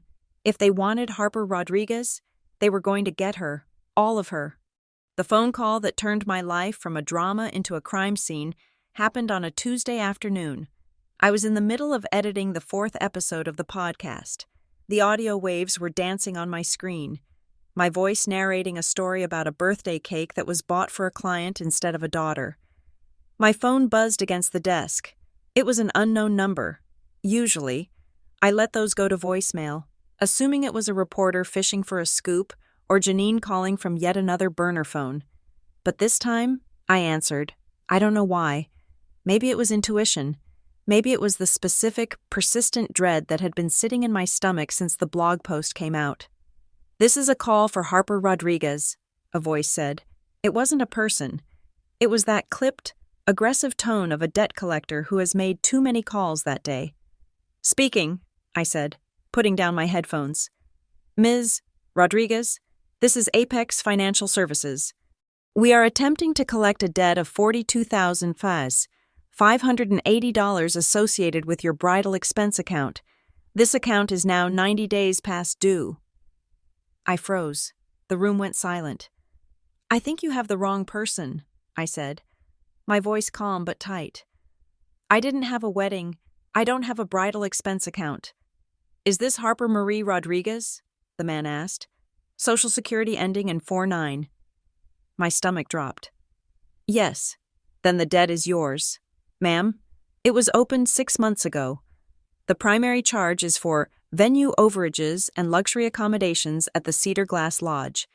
If you do not set up a payment plan today, we will be forced to escalate this to legal proceedings." I hung up. My hands were shaking so badly I couldn't find the trackpad on my laptop. I logged into a credit monitoring site. I hadn't checked it in months because I had been terrified of seeing my student loans, even after I paid them off. I typed in my password. The page loaded. There it was, a red flag waving in the middle of my financial history.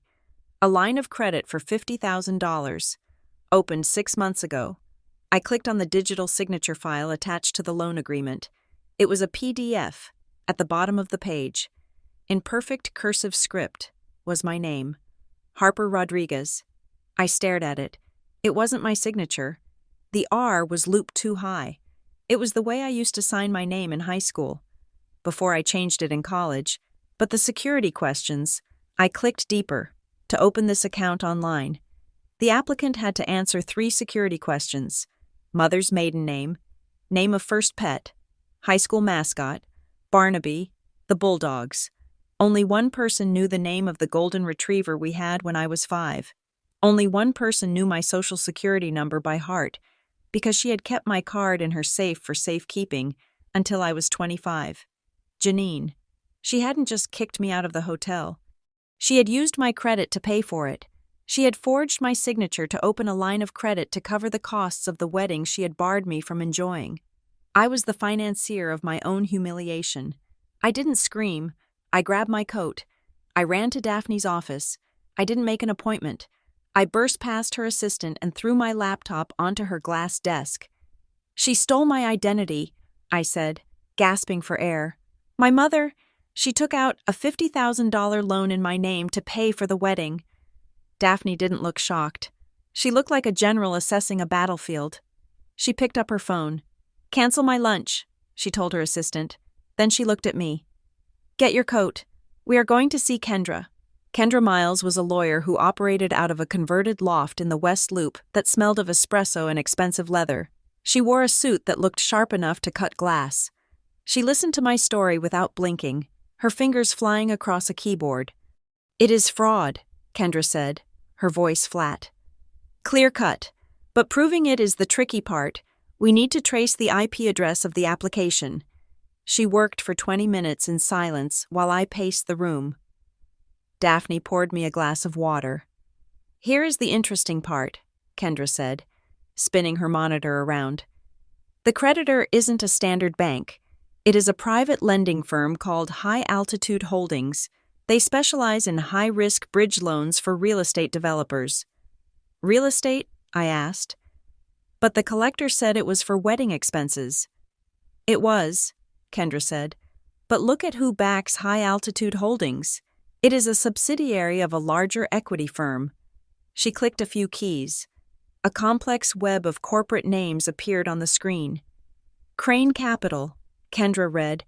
I felt the air leave the room. Beckett Crane. "Wait," I said, stepping closer to the screen. "Beckett Crane is the investor. He is the partner. Why would his company be lending money to my mother for a wedding he was attending?" Kendra's eyes narrowed. She started digging deeper, pulling up SEC filings and public trade records. "Harper," Kendra said slowly, "Beckett Crane isn't a partner. He is a ghost." "What do you mean?" "I am looking at his liquidity," Kendra said, "or lack thereof. Crane Capital is leveraged to the hilt. He has been moving the same $10 million between 5 different shell companies to make it look like he has $50 million. He is running a shell game, a Ponzi scheme wrapped in luxury real estate." I stared at the screen. The man who had sat in my seat, the man my mother had worshipped, the man who was supposed to save the Halstead empire, was broke. "He needed the Halstead deal," I whispered, the realization dawning on me like a cold sunrise. "He didn't invest in them. He needed their land assets to collateralize his own debt. He is using them. And he is using you," Kendra added. "This loan.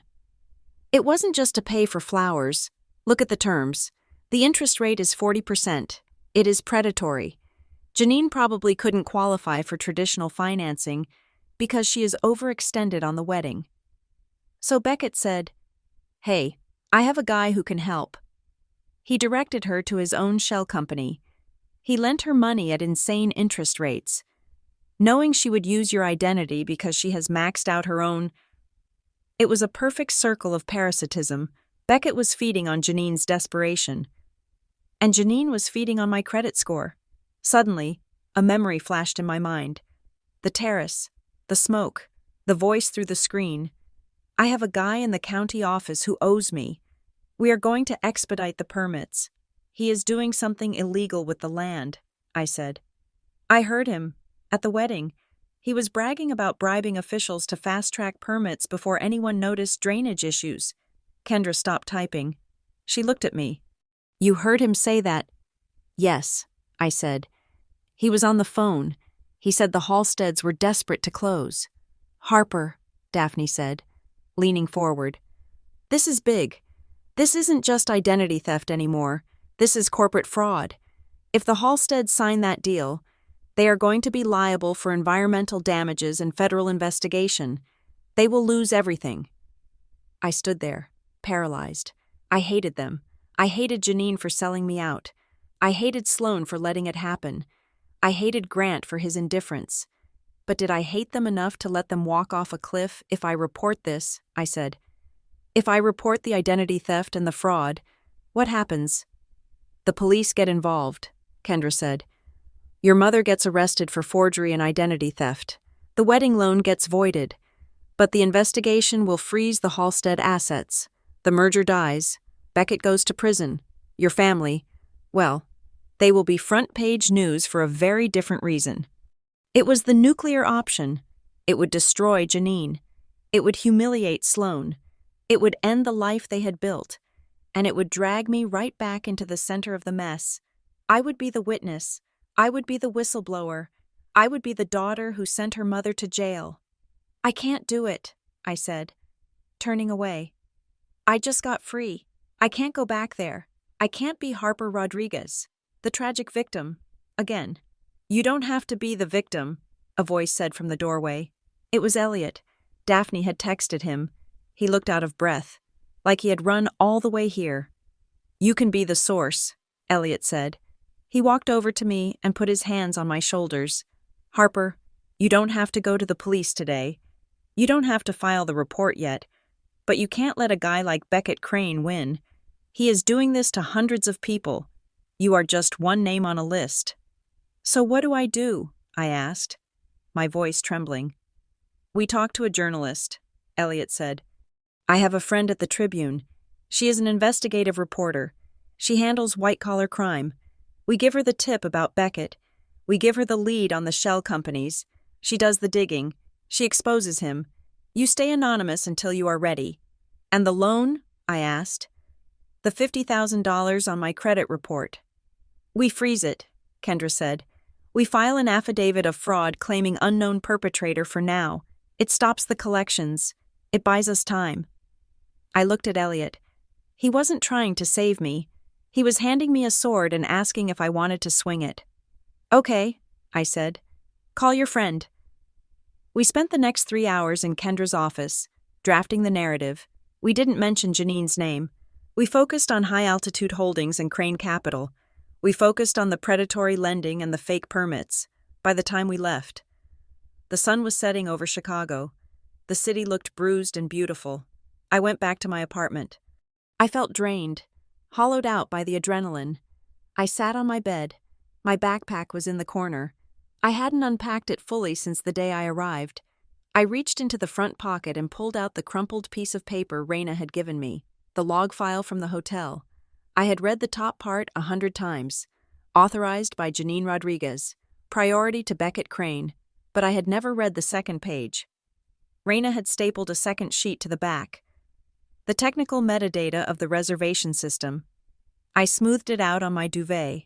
There, in the section labeled Guest Notes/Special Instructions, was another entry. It was time-stamped 2 weeks before the wedding.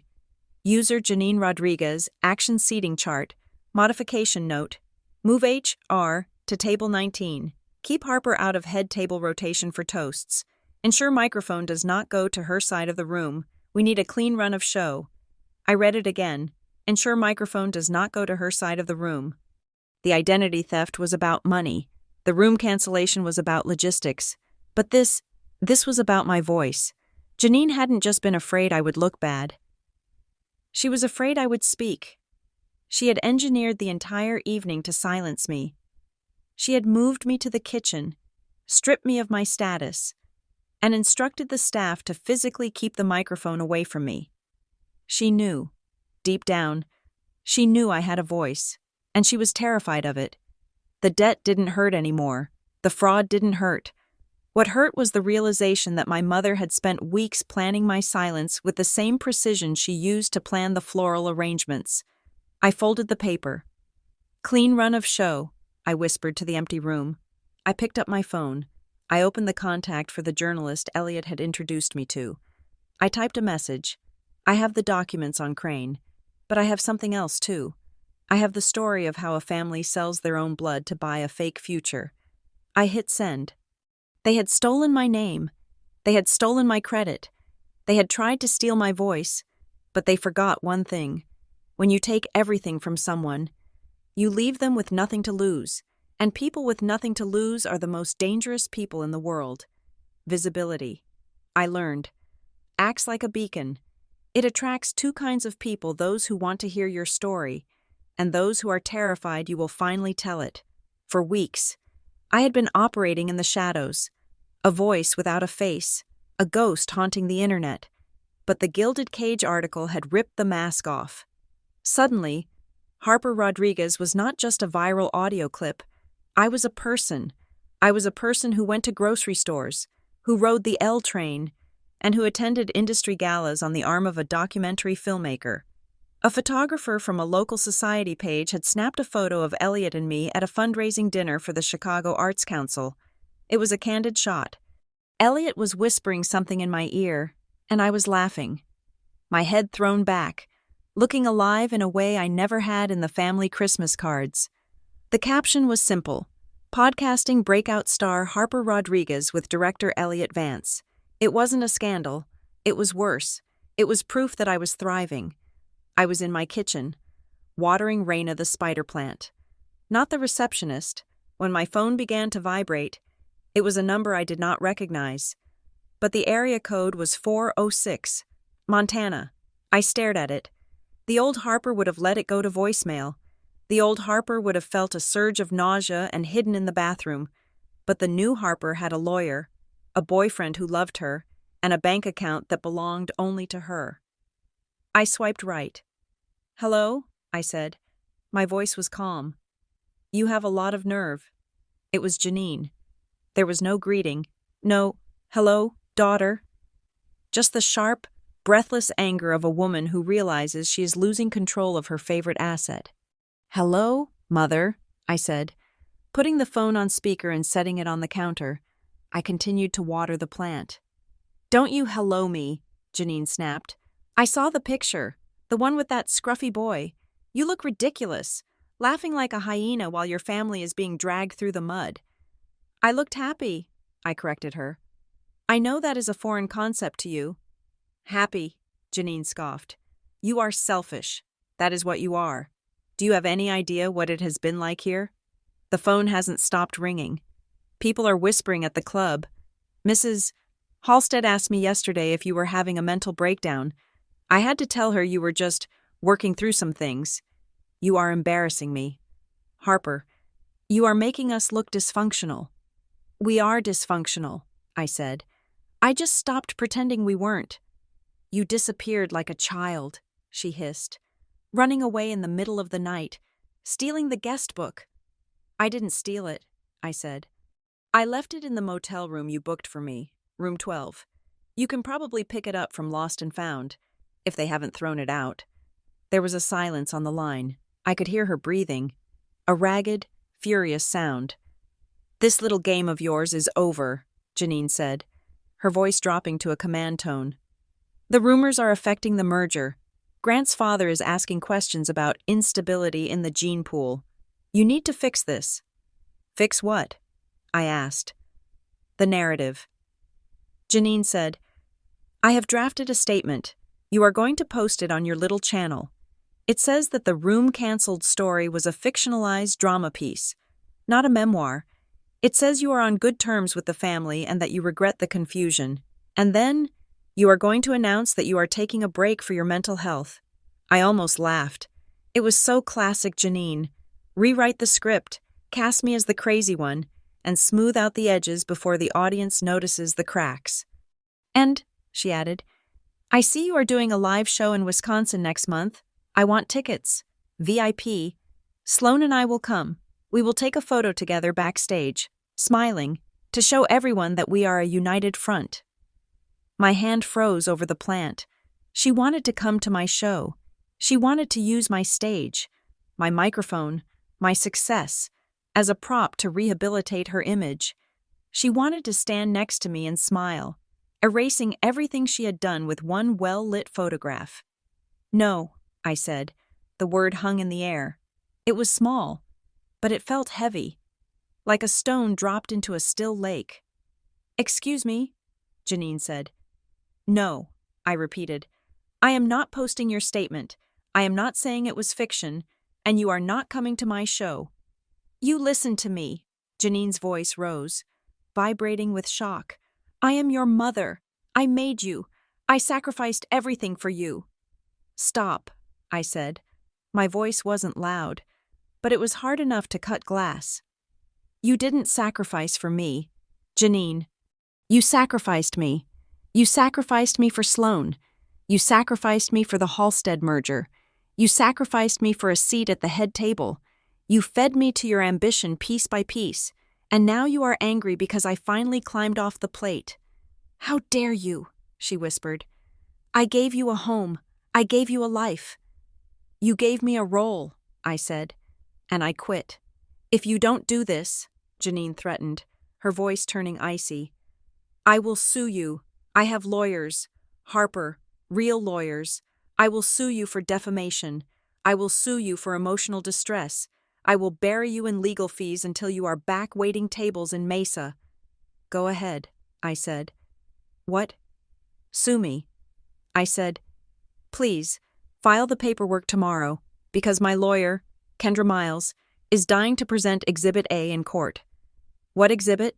Janine asked, and for the first time, I heard a flicker of fear.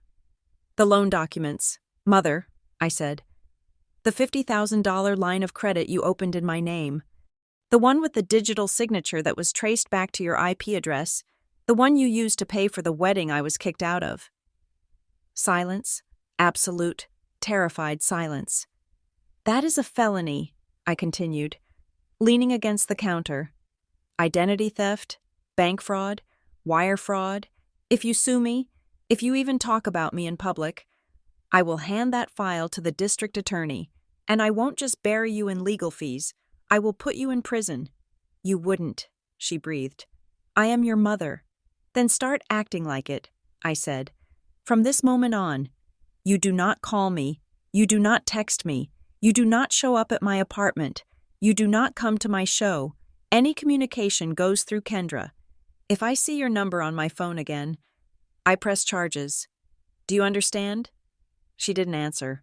I could hear the background noise of her house, the hum of the expensive refrigerator, the ticking of the grandfather clock, the sounds of the life she was desperate to keep. Goodbye, Janine, I said. I hung up. My hands were shaking, but not from fear.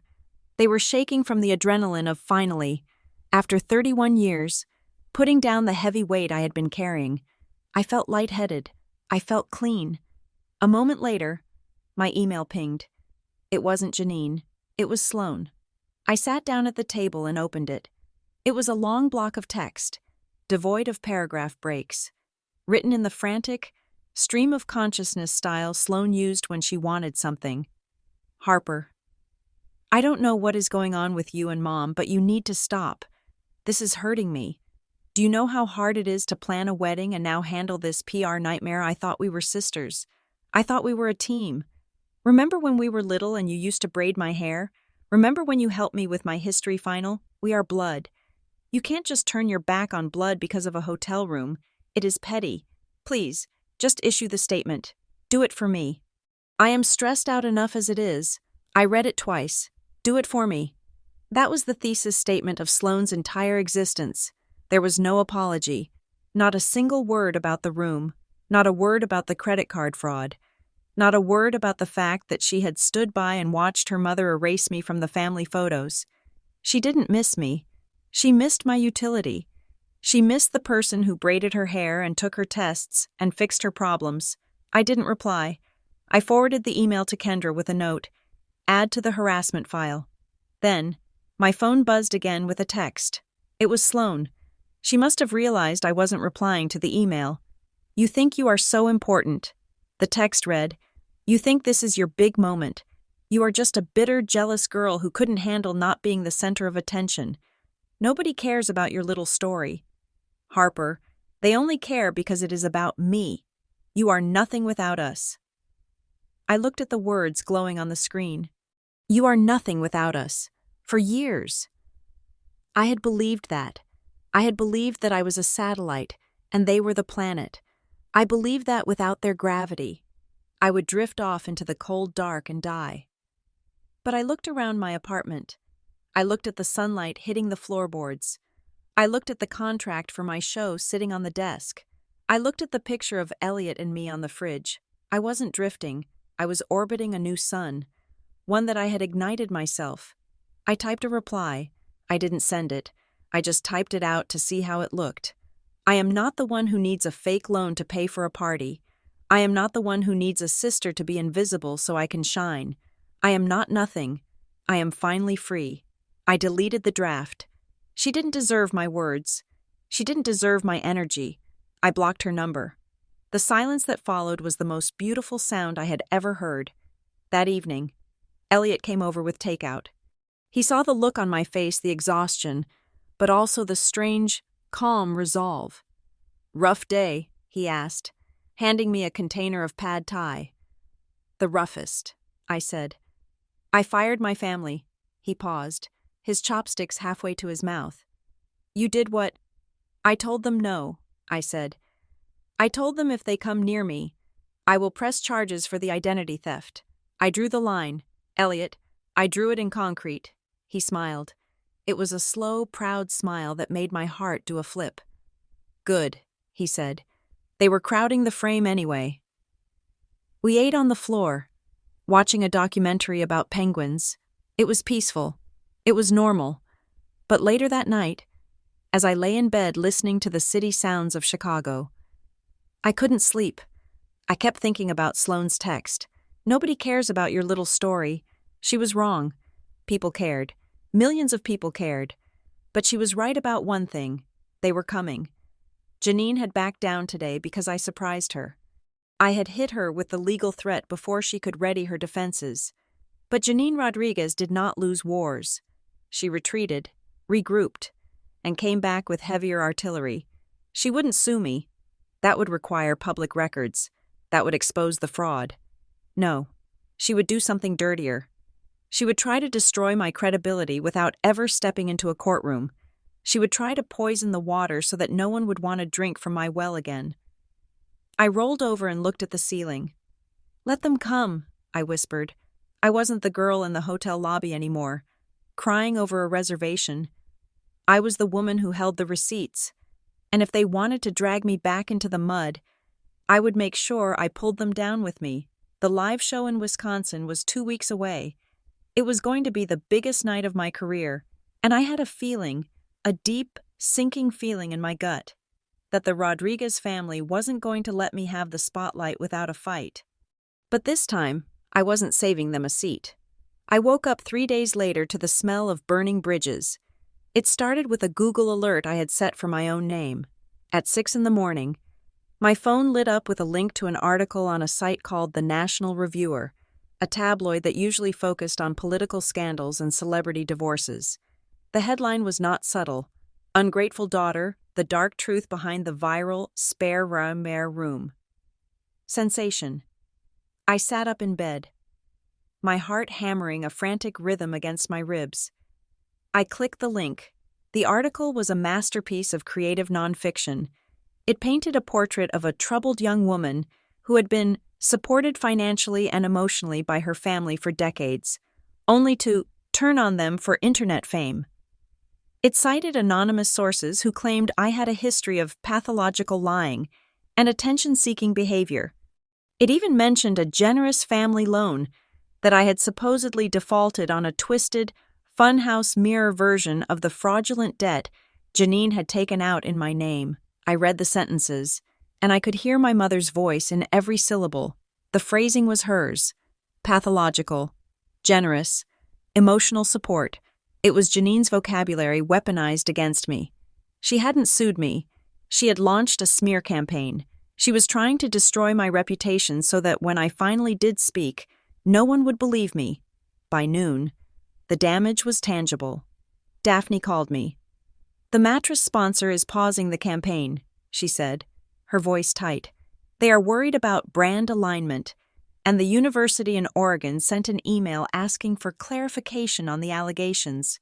Harper, we are bleeding credibility." "It is a lie," I said, pacing my living room. "All of it. She is spinning the fraud into a story about me being a deadbeat." "I know it is a lie," Daphne said. "But the internet doesn't care about truth. It cares about noise. And right now, your mother is making a lot of noise. We have 2 choices. We can issue a boring legal denial that nobody will read, or we can shut up and hope it blows over." "Neither," I said. I stopped pacing. I looked at the spider plant on my windowsill. "We don't deny, we don't hide, we amplify." "What do you mean?" Daphne asked. "I am going to release a special episode," I said. "Tonight, no script, no metaphors, Just the receipts. Harper, Daphne warned. If you name them, if you get specific, you open yourself up to a real lawsuit. I won't name them, I said. I won't use the name Rodriguez. I won't say Halstead. I will just tell a story about a girl, a room, and a loan. But this time, Daphne. I am not just going to tell it. I am going to show it. We recorded that night. It wasn't like the other episodes. There was no soft piano music. There was no poetic intro. It was stark. It was forensic. I sat in the booth, holding the stack of documents Kendra and I had gathered.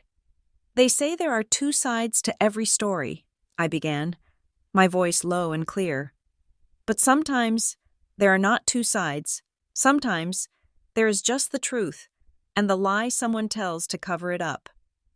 I walked the listeners through the timeline. I didn't just tell them I was kicked out of my room. I read the timestamp on the reservation log Raina had given me.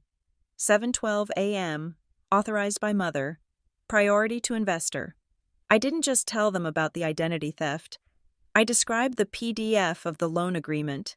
I described the fake signature. I described the IP address that traced back to a luxury home in Whitefish, Montana. They call me ungrateful, I said into the microphone. They say I abandoned them. But how do you abandon people who have already sold your seat to the highest bidder? How do you owe loyalty to a system that uses your name to finance a party you aren't allowed to attend? I ended the episode with a simple statement about the nature of family. Family isn't a shield, I said. For some of us, it is a weapon, and just because you share blood, it doesn't mean you have to bleed for them forever. We titled the episode, The Receipt. It went live at midnight. By the time I woke up, the internet had done what the internet does best. It had weaponized its collective outrage. But not at me. The comments section was a flood of validation. Listeners were posting their own screenshots of toxic texts from parents. They were dissecting the timeline I had laid out. And crucially, the amateur sleuths were at work. They didn't need names. They had Google. They connected the spare room to the Gilded Cage article. They found the Rodriguez family. They found the Halstead merger. But the real blow came from a direction Janine hadn't anticipated. Elliot's friend at the Tribune, the investigative reporter named Sarah, had been busy. While my episode was trending on Twitter, Sarah published her piece. It wasn't about family drama. It was about money. Mountain of debt. The shadowy finances of Beckett Crane and High Altitude Holdings. The article was a bombshell. It laid out everything Kendra had suspected and more. It exposed the shell companies. It exposed the predatory loans to families desperate to keep up appearances, families just like mine. It detailed the expedited permits scheme that Beckett had bragged about at the wedding. And right there, in the third paragraph, was the connection that sank the ship. High Altitude Holdings recently issued high-interest loans to several parties connected to the controversial Halstead land development deal. It didn't name Janine directly, but it didn't have to. The connection was made. The Halstead merger wasn't just a business deal. It was being financed by a Ponzi scheme. The fallout was immediate and catastrophic. Grant Halstead's family company stock took a nosedive. Investors panicked. The partners, who had been so eager to shake Beckett's hand, were suddenly issuing statements distancing themselves from Crane Capital. And then, my phone buzzed.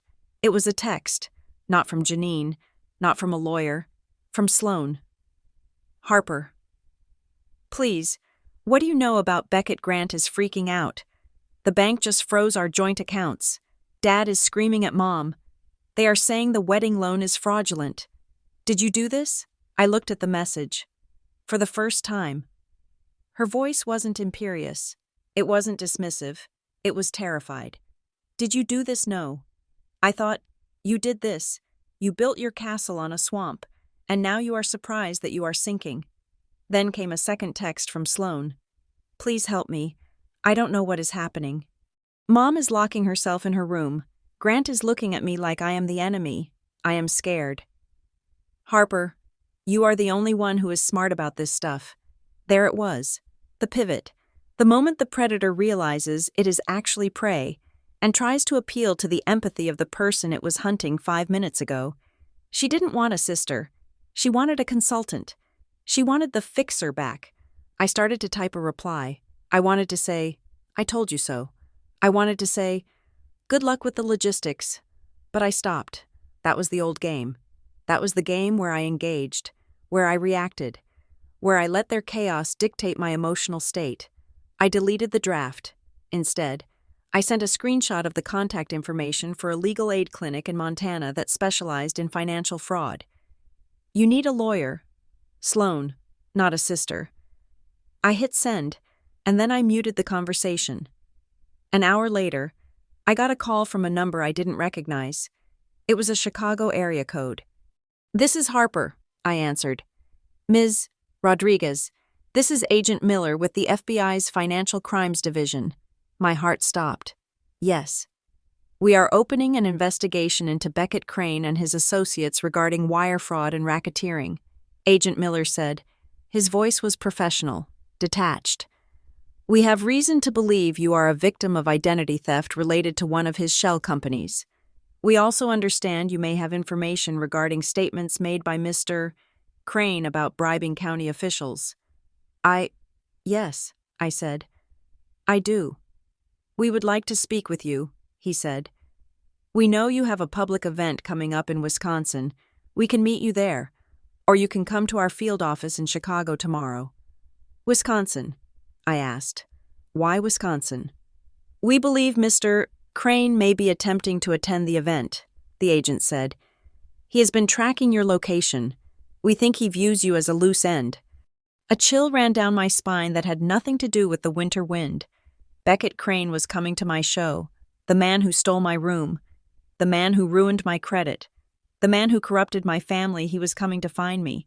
He probably thought he could intimidate me. He probably thought he could buy my silence, or threaten me into retracting the story. "Agent Miller," I said, my voice steadying. "Meet me in Wisconsin. Come to the show." "Are you sure? Ms. Rodriguez? We can bring him in before that." "No," I said. A plan was forming in my mind. A final, perfect ending to the story I had been writing for 31 years. "Let him come. Let him walk right into the room he thinks he owns." I hung up the phone. I walked over to the window.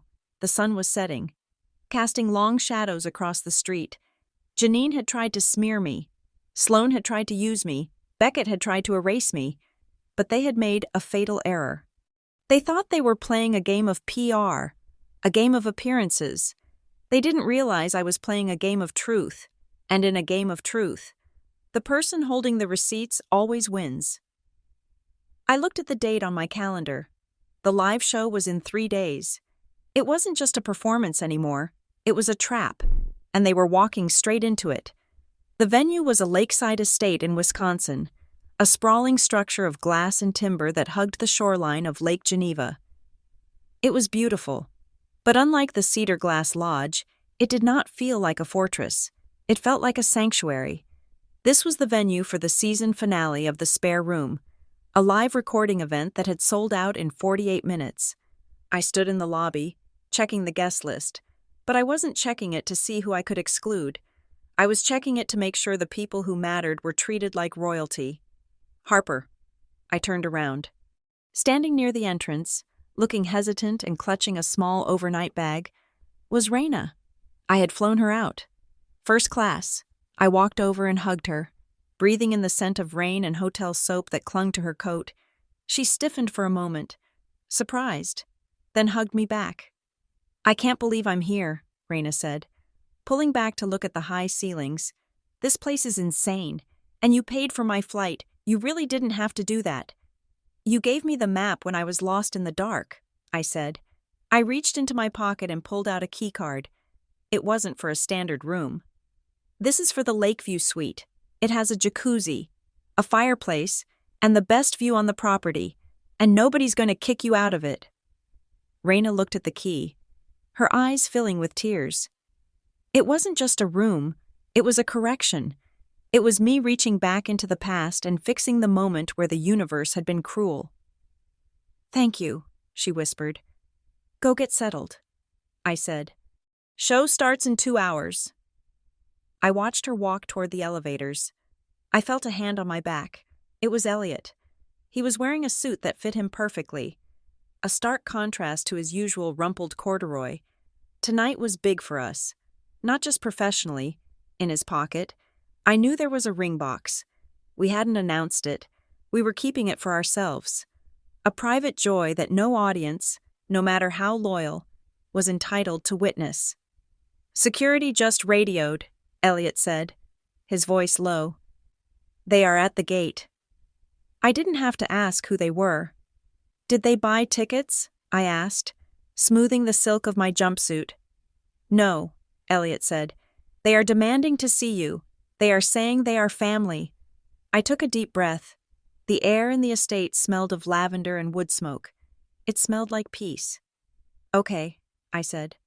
"Let them in, but only as far as the courtyard. I will meet them there." I walked out the side doors into the stone courtyard. The sun was setting, painting the sky in violent streaks of orange and purple. Janine and Sloane were standing near the fountain. They looked like refugees from a lifestyle magazine that had gone out of print. Janine was wearing a Chanel suit, but it looked slightly wrinkled, as if she had been sitting in a car for hours. Her hair, usually an impenetrable helmet, was windblown. Sloane looked smaller than I remembered. She was pale, her eyes darting around the estate with a mix of envy and fear. When Janine saw me, she straightened her spine.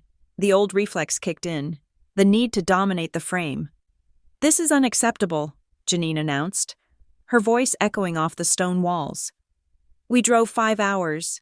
The guard at the gate treated us like commoners. We are your family." "Harper, you are guests without tickets," I said, stopping 10 feet away. "And the event is sold out." "We need to talk," Sloane said, her voice trembling.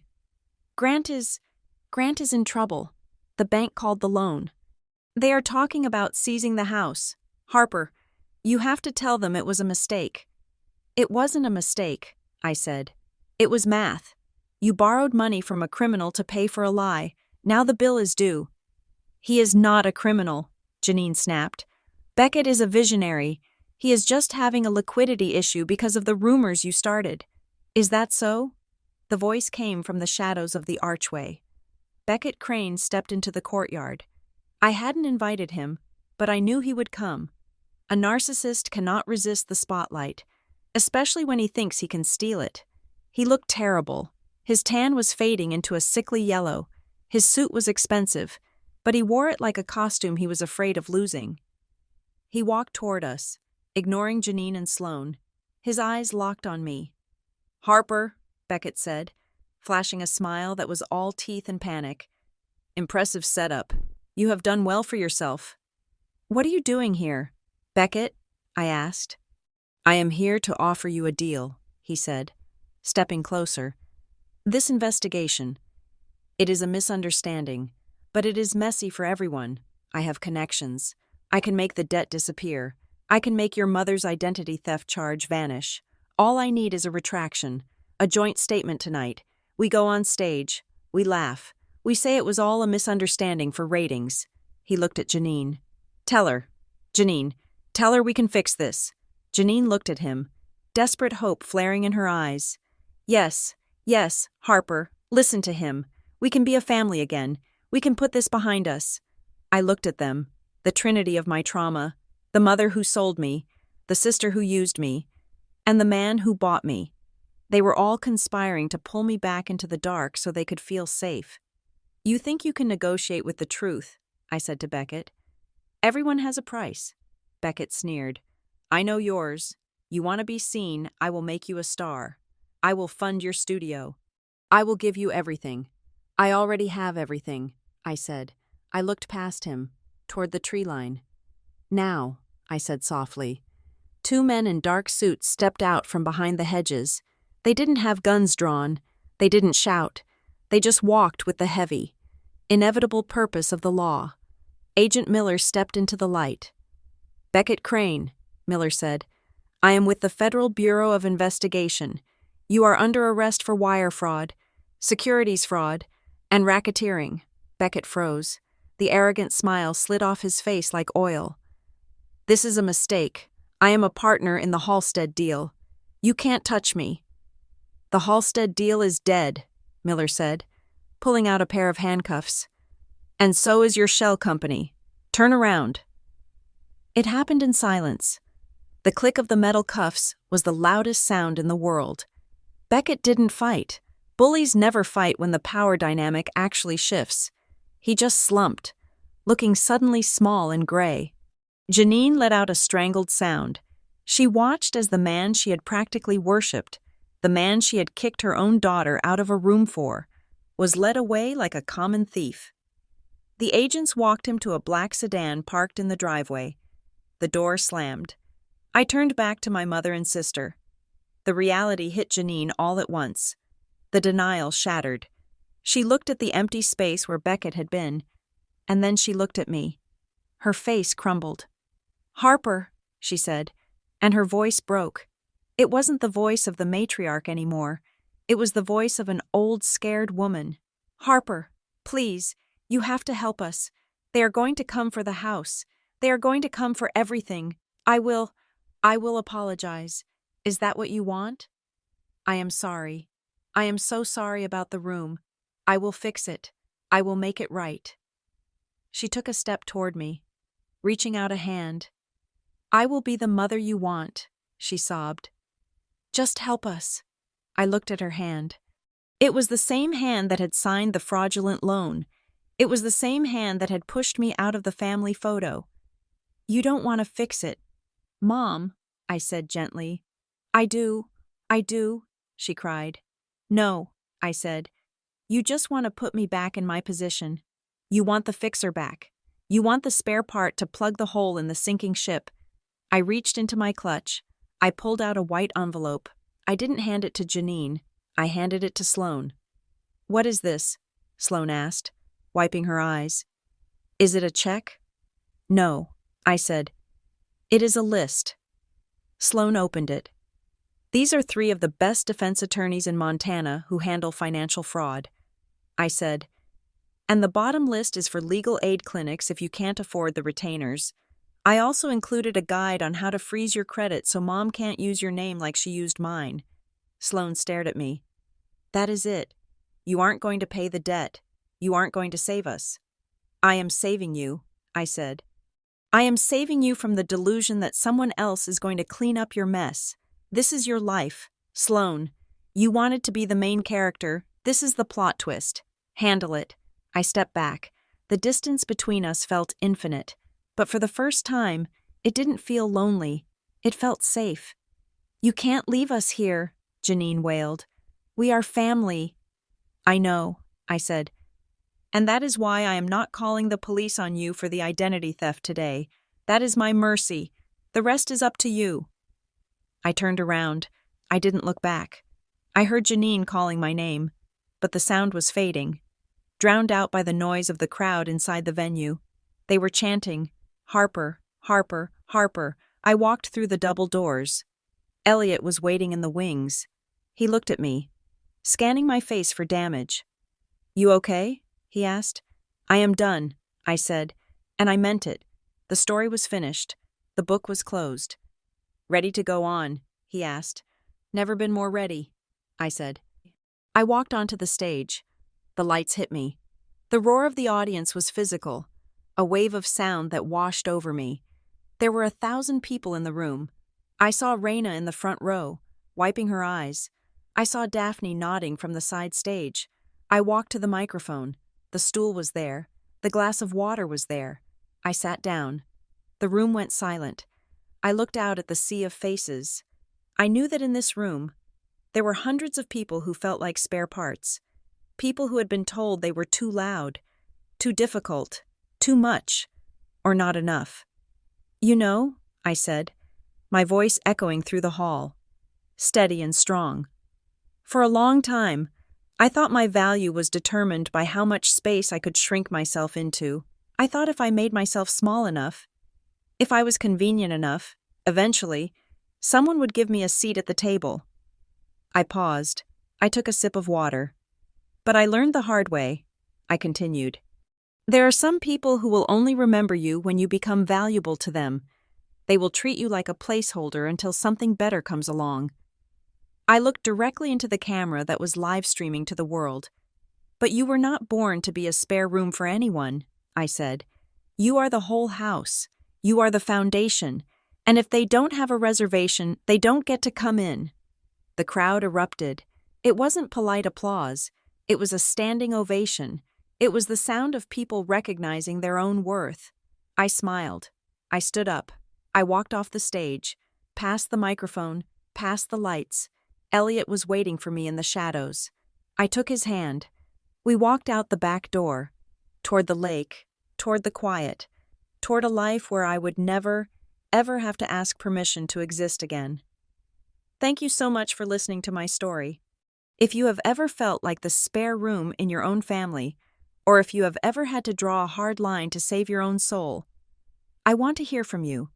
Please leave a comment down below telling me where you are listening from and share your thoughts. Let's support each other in the comments. And if you enjoyed this story, please subscribe to the Lily Revenge Stories channel, like this video, and smash that hype button so this story can reach even more people who need to hear it. See you in the next one.